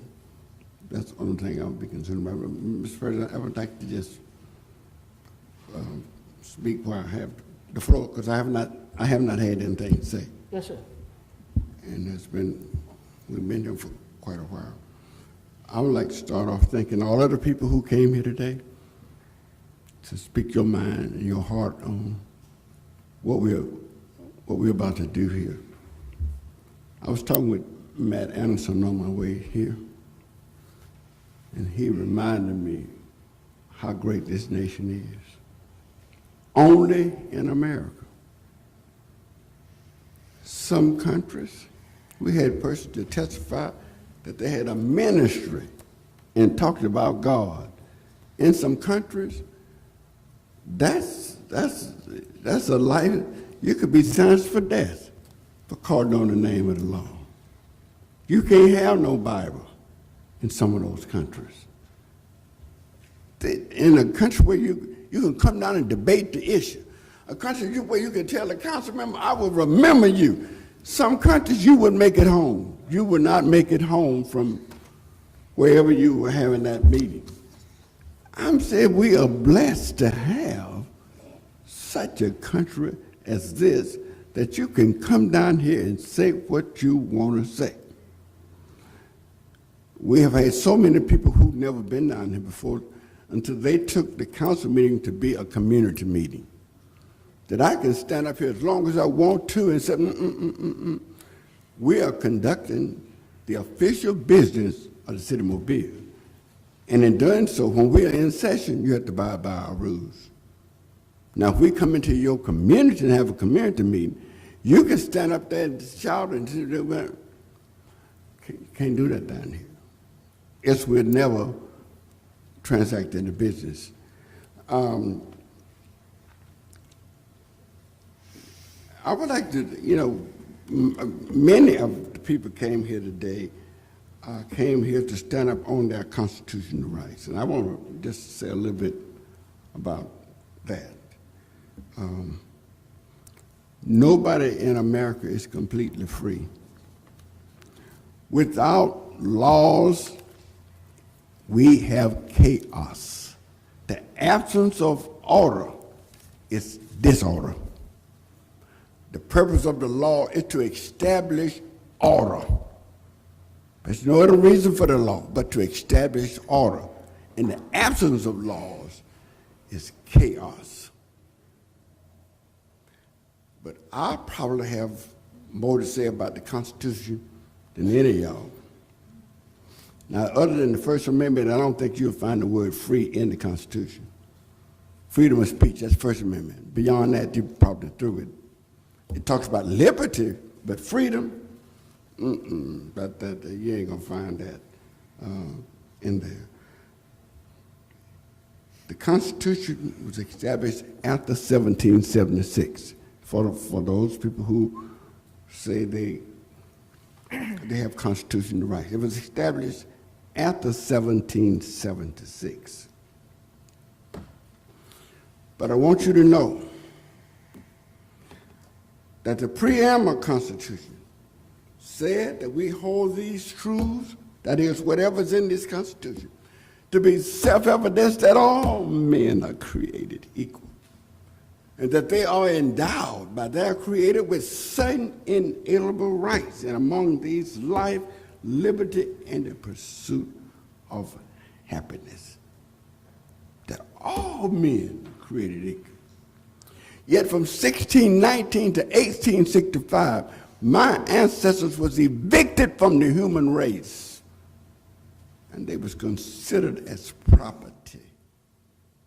And we had the same Constitution that you are talking about.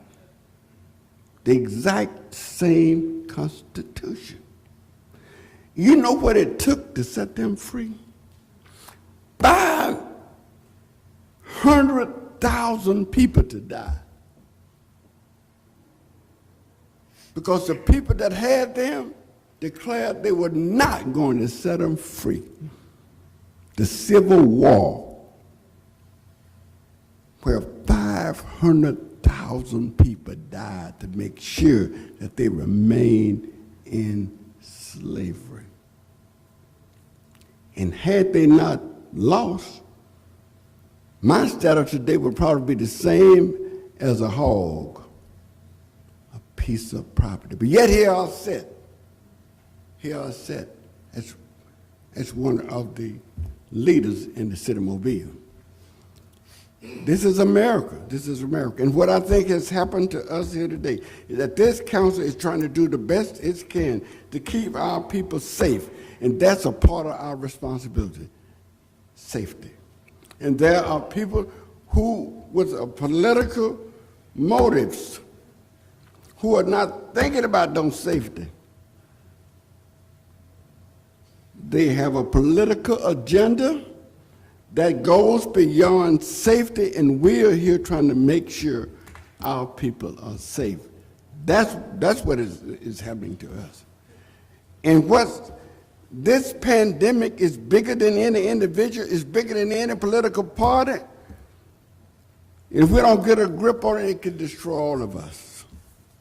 There are some things we must do to get a grip on this thing. And that's all these council members is trying to do, based on the evidence supplied to us by people that's professional, medical professionals, that told us what it is we need to do to get a grip on this thing.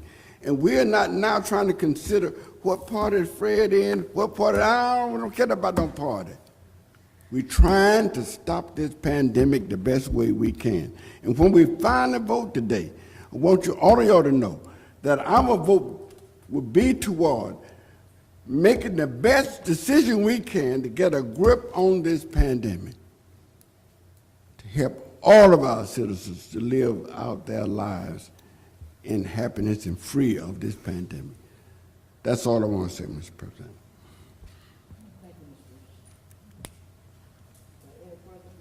I have a question that probably goes to public safety, if that's okay. And it deals with the exception that if somebody has a health issue, how do you expect that to play out? Would it be something also on the officer's discretion? Do they have to show something from a physician? We don't have a lot of time on this if it's going to be enacted quickly. So, You know, obviously, if they've got a letter from the physician, that's more than sufficient. The validity of the letter might be in question.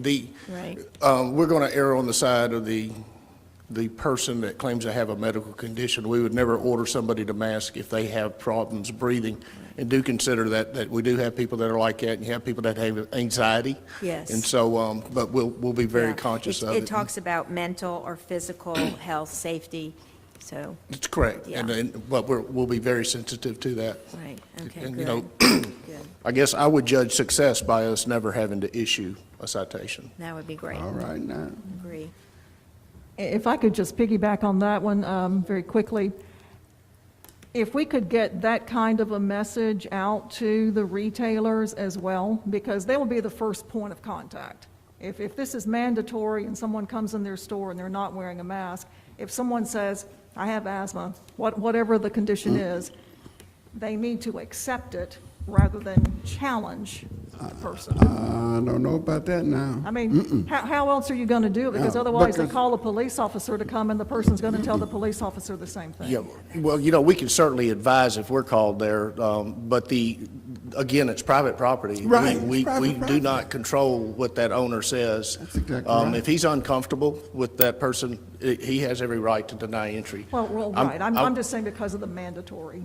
Right, and so I was talking to if the city council passes this law, how we would go about using discretion in those instances Right, okay. where people have anxiety or breathing difficulty. Right, okay. Mr. President, we have not passed the law yet. Yet if you go to Costco without a mask, they give you one.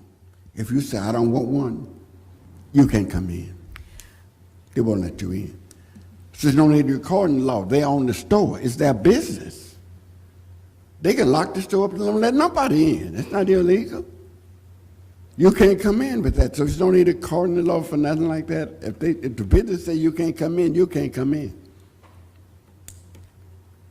Right, but I think the issue is, that wasn't doing people any order might here, we're just feel doing it like they were being shamed, and they really had a legitimate, and it is in the ordinance that they do have an exemption to it. And So he- I guess it's He answered, the education. director answered to that. Yeah, I mean, it's talking He's going about. to err on the side of the citizens. You've already told us. No, I'm talking about for the citizens to know and for business owners to know that it clearly is an exemption within the law, that a person can state that, and then they're not under, they're exempted. They don't have to participate in the masking, the covering.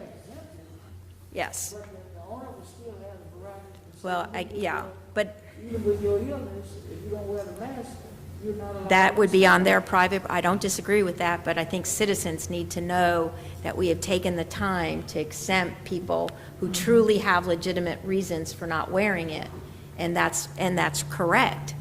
So, I guess it's up to this council too, playing a role in getting the word out to citizens. But it's going to really be important to make sure people understand that. We could have Mary to issue a statement tomorrow. Mr. President, whenever everybody gets through randomly speaking, I'm sorry. then I'd be glad to speak. We're having discussion now. Yes. Do you have any? No, I think any information we can get out that explains why a person does not have to wear it. We are writing this into the ordinance. So it is very legitimate for someone to feel like they have either a mental issue with this or a health issue that precludes them. And a doctor's order would probably be best for confrontations, but I'm just saying it's certainly within their rights because that's the way we've written this. And people need to know.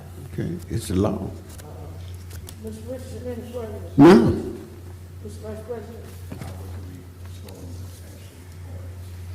So if any of us, we got an amendment, we're having a discussion on the amendment.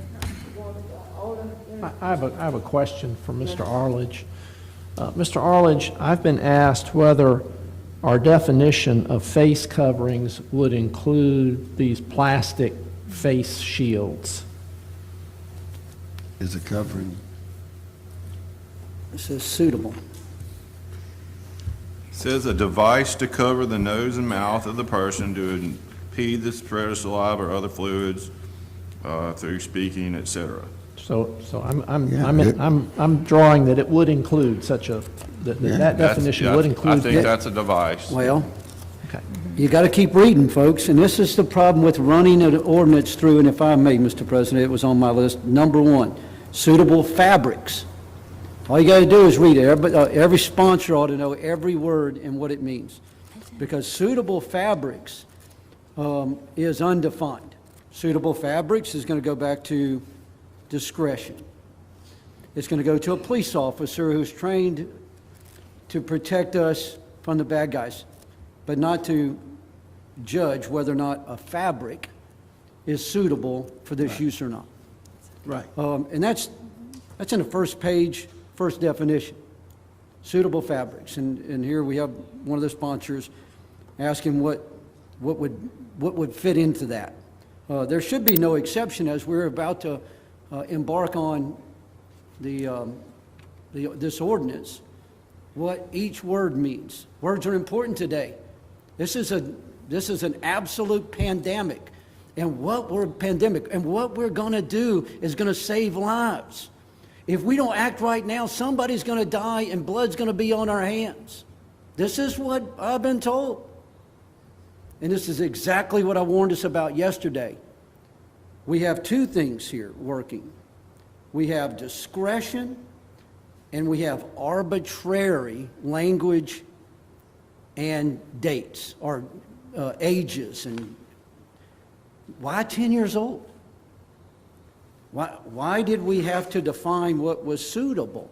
Why couldn't we go to the medical professionals and say, give me what will work and we'll make that the minimum standard? End of discussion. But instead, yesterday, I saw a guy with it looked like a decorative piece of pantyhose. And he stretched it over his neck, all the way down to his chest and up to right below his eyes. And I could make out his mustache. There was absolutely no filtration going on whatsoever. And I hate to put our police officers in conflict with, as the director said, otherwise law-abiding citizens over discretion and arbitrary language. I would ask us to really question suitable fabric. I would ask us to question whether or not we want to include all retail stores before we give them a chance to voluntarily enact their own policy. Because when we say retail stores, we're not only saying that the people who visit those stores, by the way, don't have a right to, but the owner of the retail store and their employees are affected by this ordinance as well. So we're not just telling people that visit they have to do the right thing and they have to maintain social distance, but so does now a private store owner, of which we give no help other than public safety, and they pay for that, and their employees. One set of words over, private transportation or transportation services.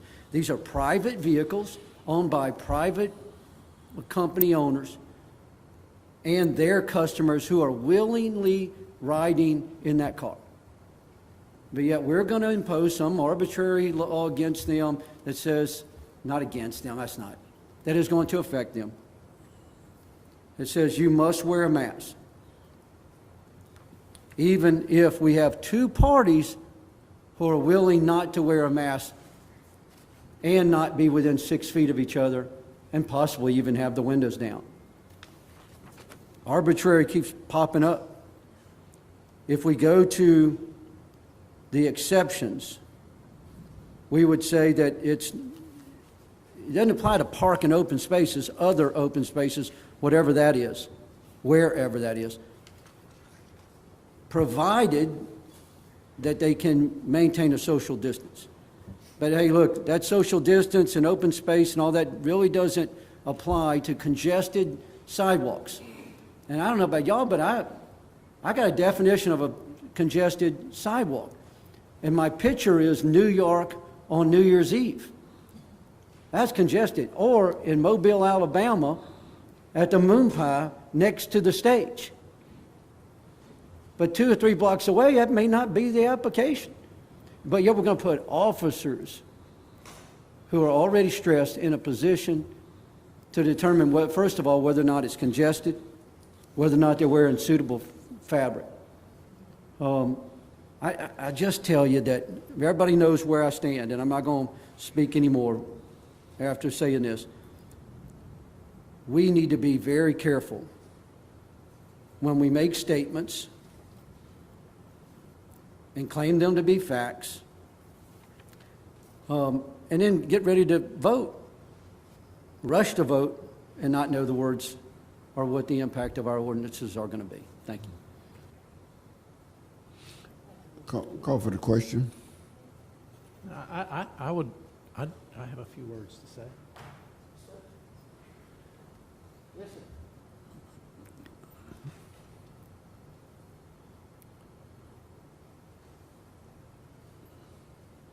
The primary purpose of government is to ensure the safety of the public.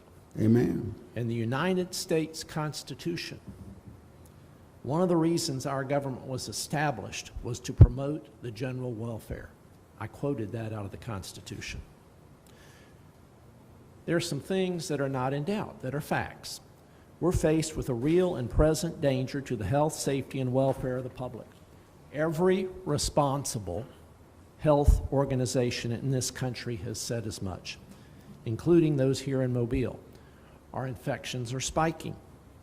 The larger base of infected individuals can put our hospitals at risk. Once the hospitals fill up, it's too late to act. Face masks retard the spread of the virus. Again, every responsible health organization in the country has said so. We had the Mobile County Health Director here. We had the President of the Mobile County Medical Society. We had the CMOs of the hospitals. All came in here and said we had a crisis on our hands and we needed to act by passing this ordinance. The doctors have written a prescription. We need to take the prescription. Now, we have tried on the national, state, and local level to obtain widespread use of masks without making them mandatory. Those efforts have failed. Business owners have not made it mandatory. The public have not adopted them. The ordinance, as enacted, has a 30-day sunset provision and exceptions for children, certain outdoor activities, and persons for whom wearing a face covering poses substantial mental or physical health, safety, or security risks. We have an opportunity to try this for 30 days and see how it works. I'm sensitive to imposing mandates on the public and the difficulties likely to be encountered in enforcement. We have difficulties in enforcement in every ordinance we have on the books. Our police officers are used to exercising judgment on whether to issue a ticket or not. It may surprise some of you to learn that on occasion in the last 50 years, I've been arrested on a few occasions. And sometimes I've gotten a ticket, and sometimes I've gotten a warning. And I'm sure that our police officers will be well capable of knowing when to issue the ticket and when to issue the warning. We're dealing with something we've never dealt with before.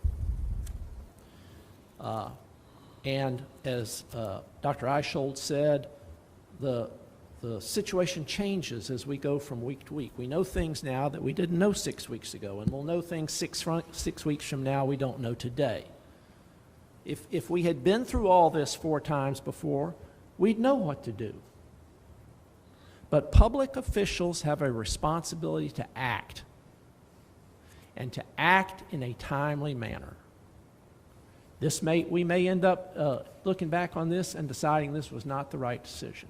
But at this particular point in time, I think it's a reasonable and effective use of our power to protect the public. Thank you, Mr. President. Mr. President, there are no perfect laws. If we want to debate that this ordinance is flawed, so is the Constitution. The Constitution gives us freedom of speech.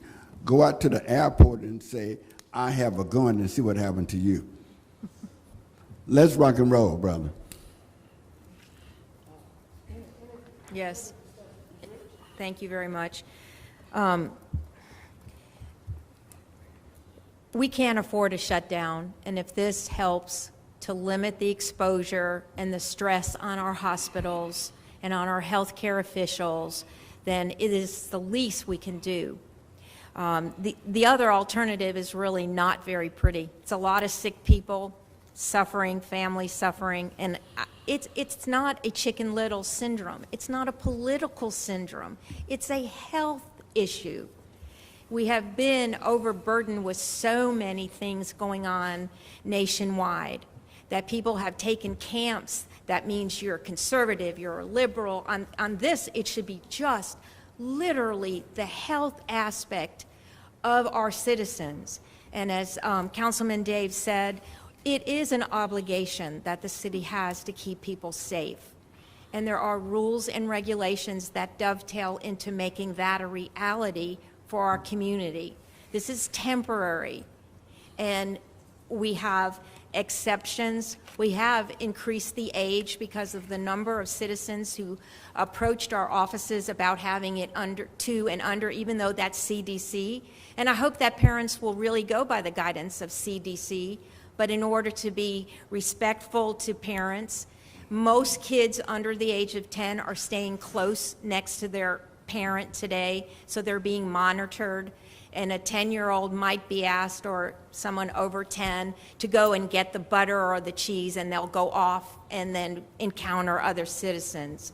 But for the most part, 10 seems to work our community right now, and I still hope it's helpful. But I urge parents to think of your child, if they are amenable, to please mask them under that age, because they too can produce the virus that then gets into the air.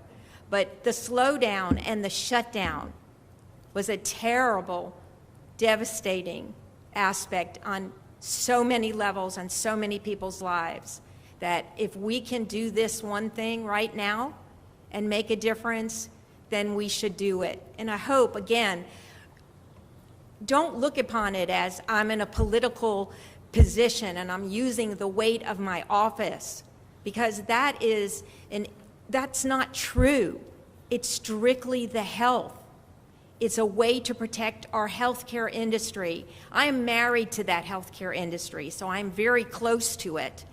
And I just want to tell you, it was devastating to watch people who could not come in unless they had an emergency. And it was difficult. It was difficult on the personnel who wants to help and keep people well. And normally in a slowdown economy, medicine is never affected. It was a big deal when medicine got affected because it had such a rippling effect. We can't do this again. And we can't do it to businesses who found it extremely difficult to hang on. Some we lost. So this is something we as a community, and please don't look upon it as something that is going to last forever. We're hoping it's not. But the vaccine is up the road, and this pandemic that we're under does not have a timeline. So we have to do what is best for everyone. And I trust our officials to handle it correctly. It's very sensitive, and people are on edge, and we get it. But let's do this as a community and try to make a difference. Thank you.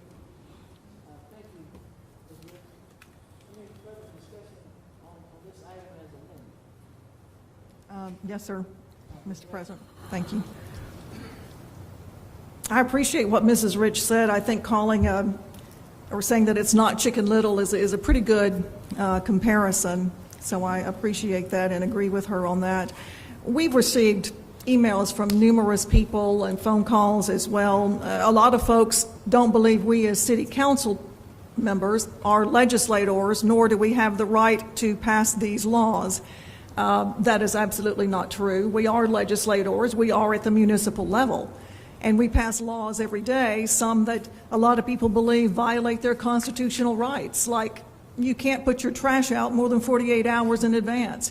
You can only put your garbage can out, at 7 in the morning or something like that, and then you have to pull it back in. There are lots of things that we do as legislators that people don't like, but we do it because we are here to protect the health and safety of all of our citizens.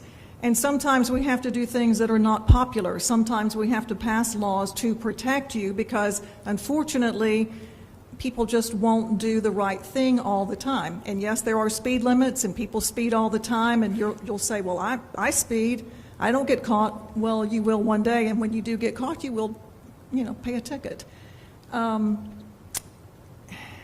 We are currently under a state order. So the state order is in effect and has mandates all across the board. So what this ordinance is really doing is adding some to it for retail and for some other general areas.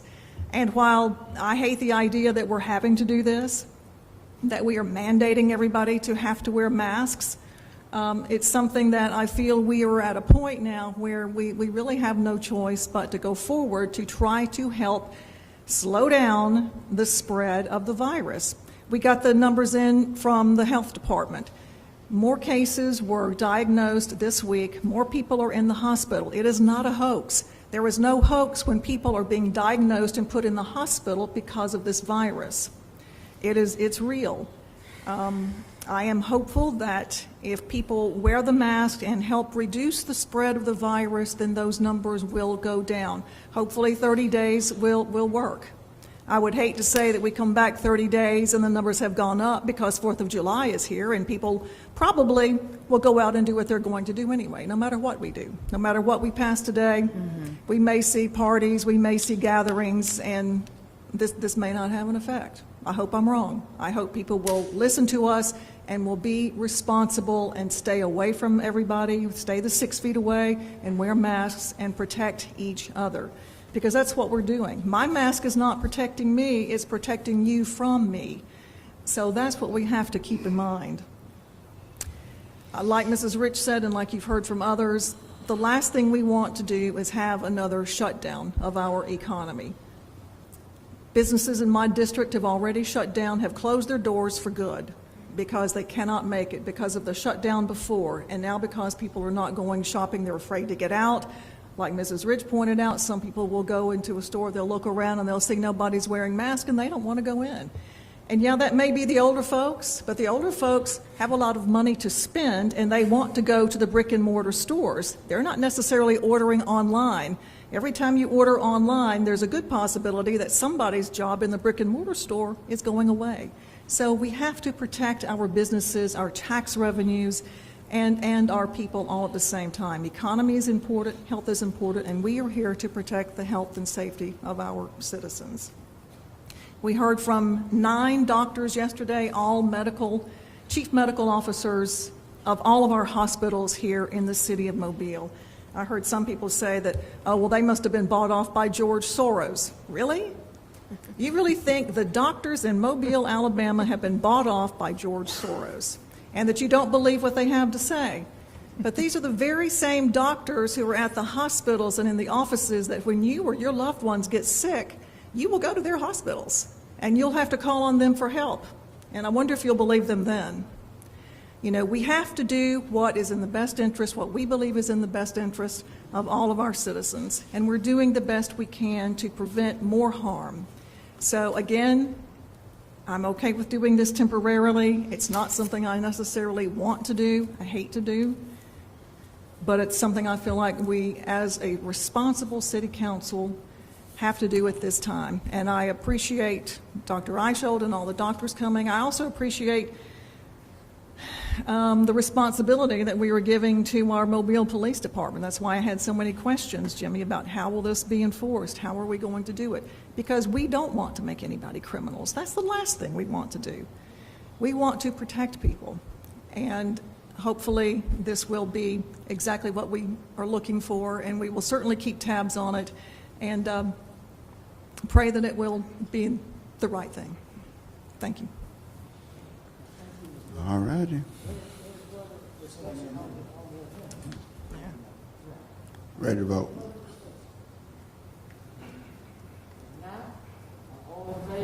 Of the amendment. Aye. All in opposition? So now we're going back to the original item as amended. Any discussion on that? No. Oh, yes, Mr. President. Yeah. Okay, Talk, okay. man. Yeah, I'd like to thank everyone for coming out in person, the citizens, the doctors, for coming out in person. Thank you for the emails and even the phone calls. You know, I heard, you know, on this afternoon that this is possibly could be a hoax, you know, this could be fake news. I'm not a first responder, but I am a last responder. And the horror stories that I hear when I have different families coming to my office is very, very sad.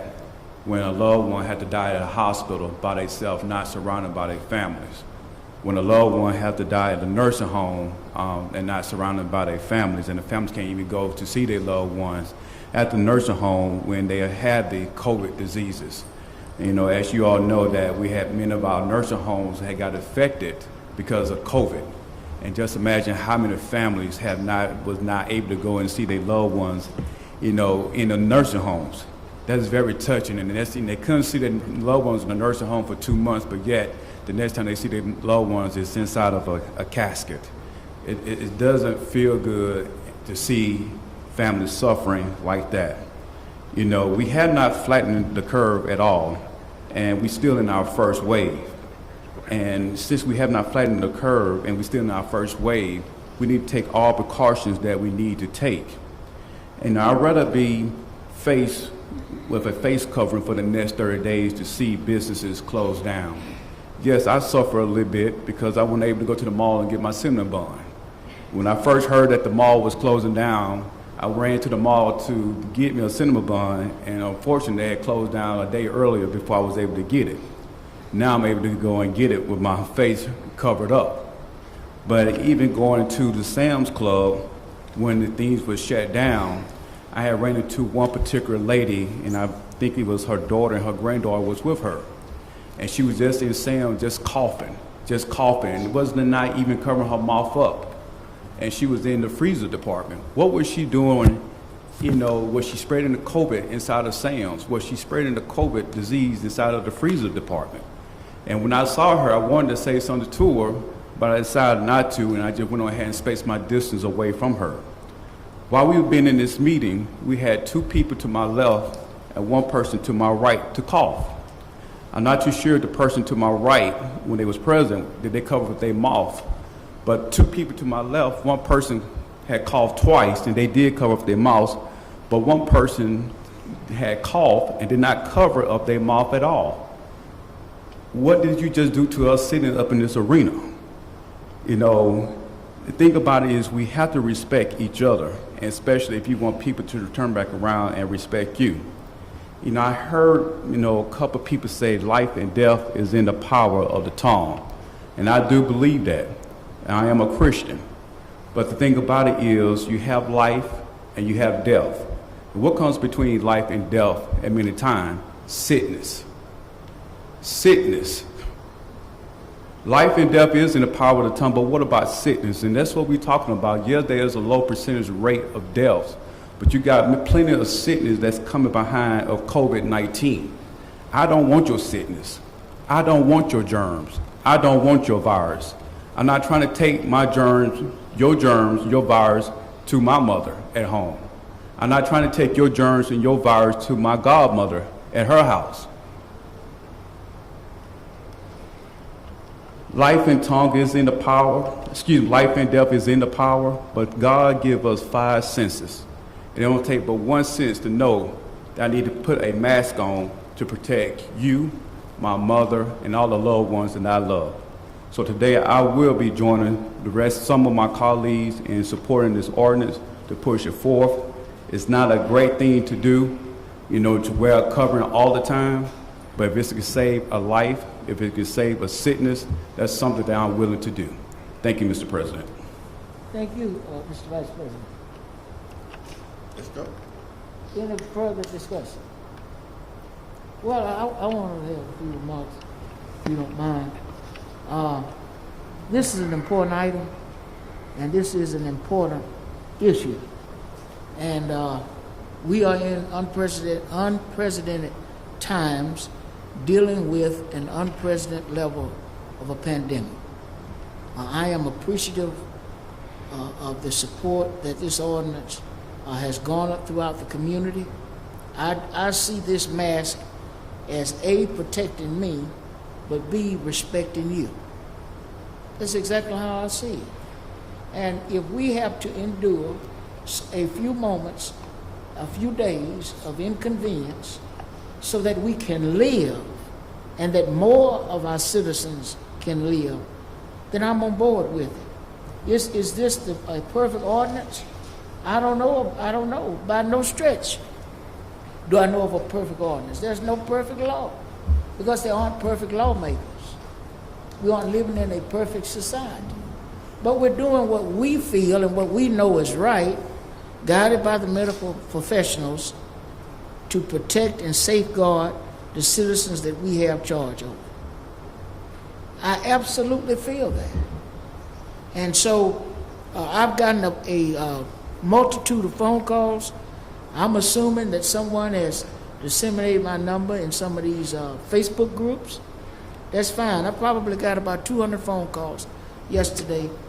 And I had a lady tell me, who, by the way, did not live in the city limits, and 90% of those who call me don't live in the city limits, to say that she would rather, she went a week wearing a mask, and everywhere she went, she detected a foul odor.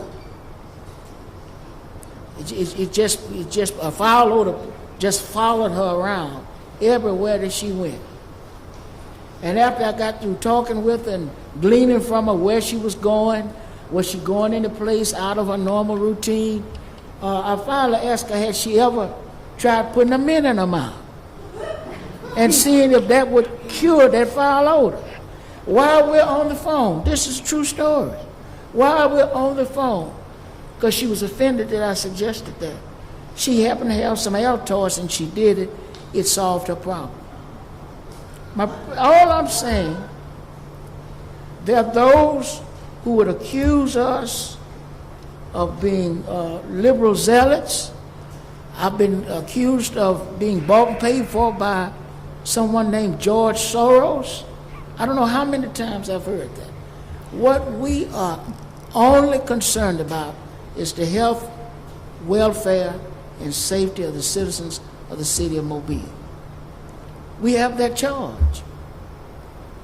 And I am absolutely confident in that this ordinance will impact someone's life. Somebody's life may be saved. And it may very well be a family member, a close friend, a neighbor of somebody who's so passionately against it. And so I am in support. I wish we had moved a little quicker in going down this road, but I'm hopeful that as a result of this, we'll be able to continue to flatten the curve, lower our numbers, and hasten the day where we'll be able to return to some semblance of normalcy. That concludes my remarks. Any further discussion? Let's vote. Okay.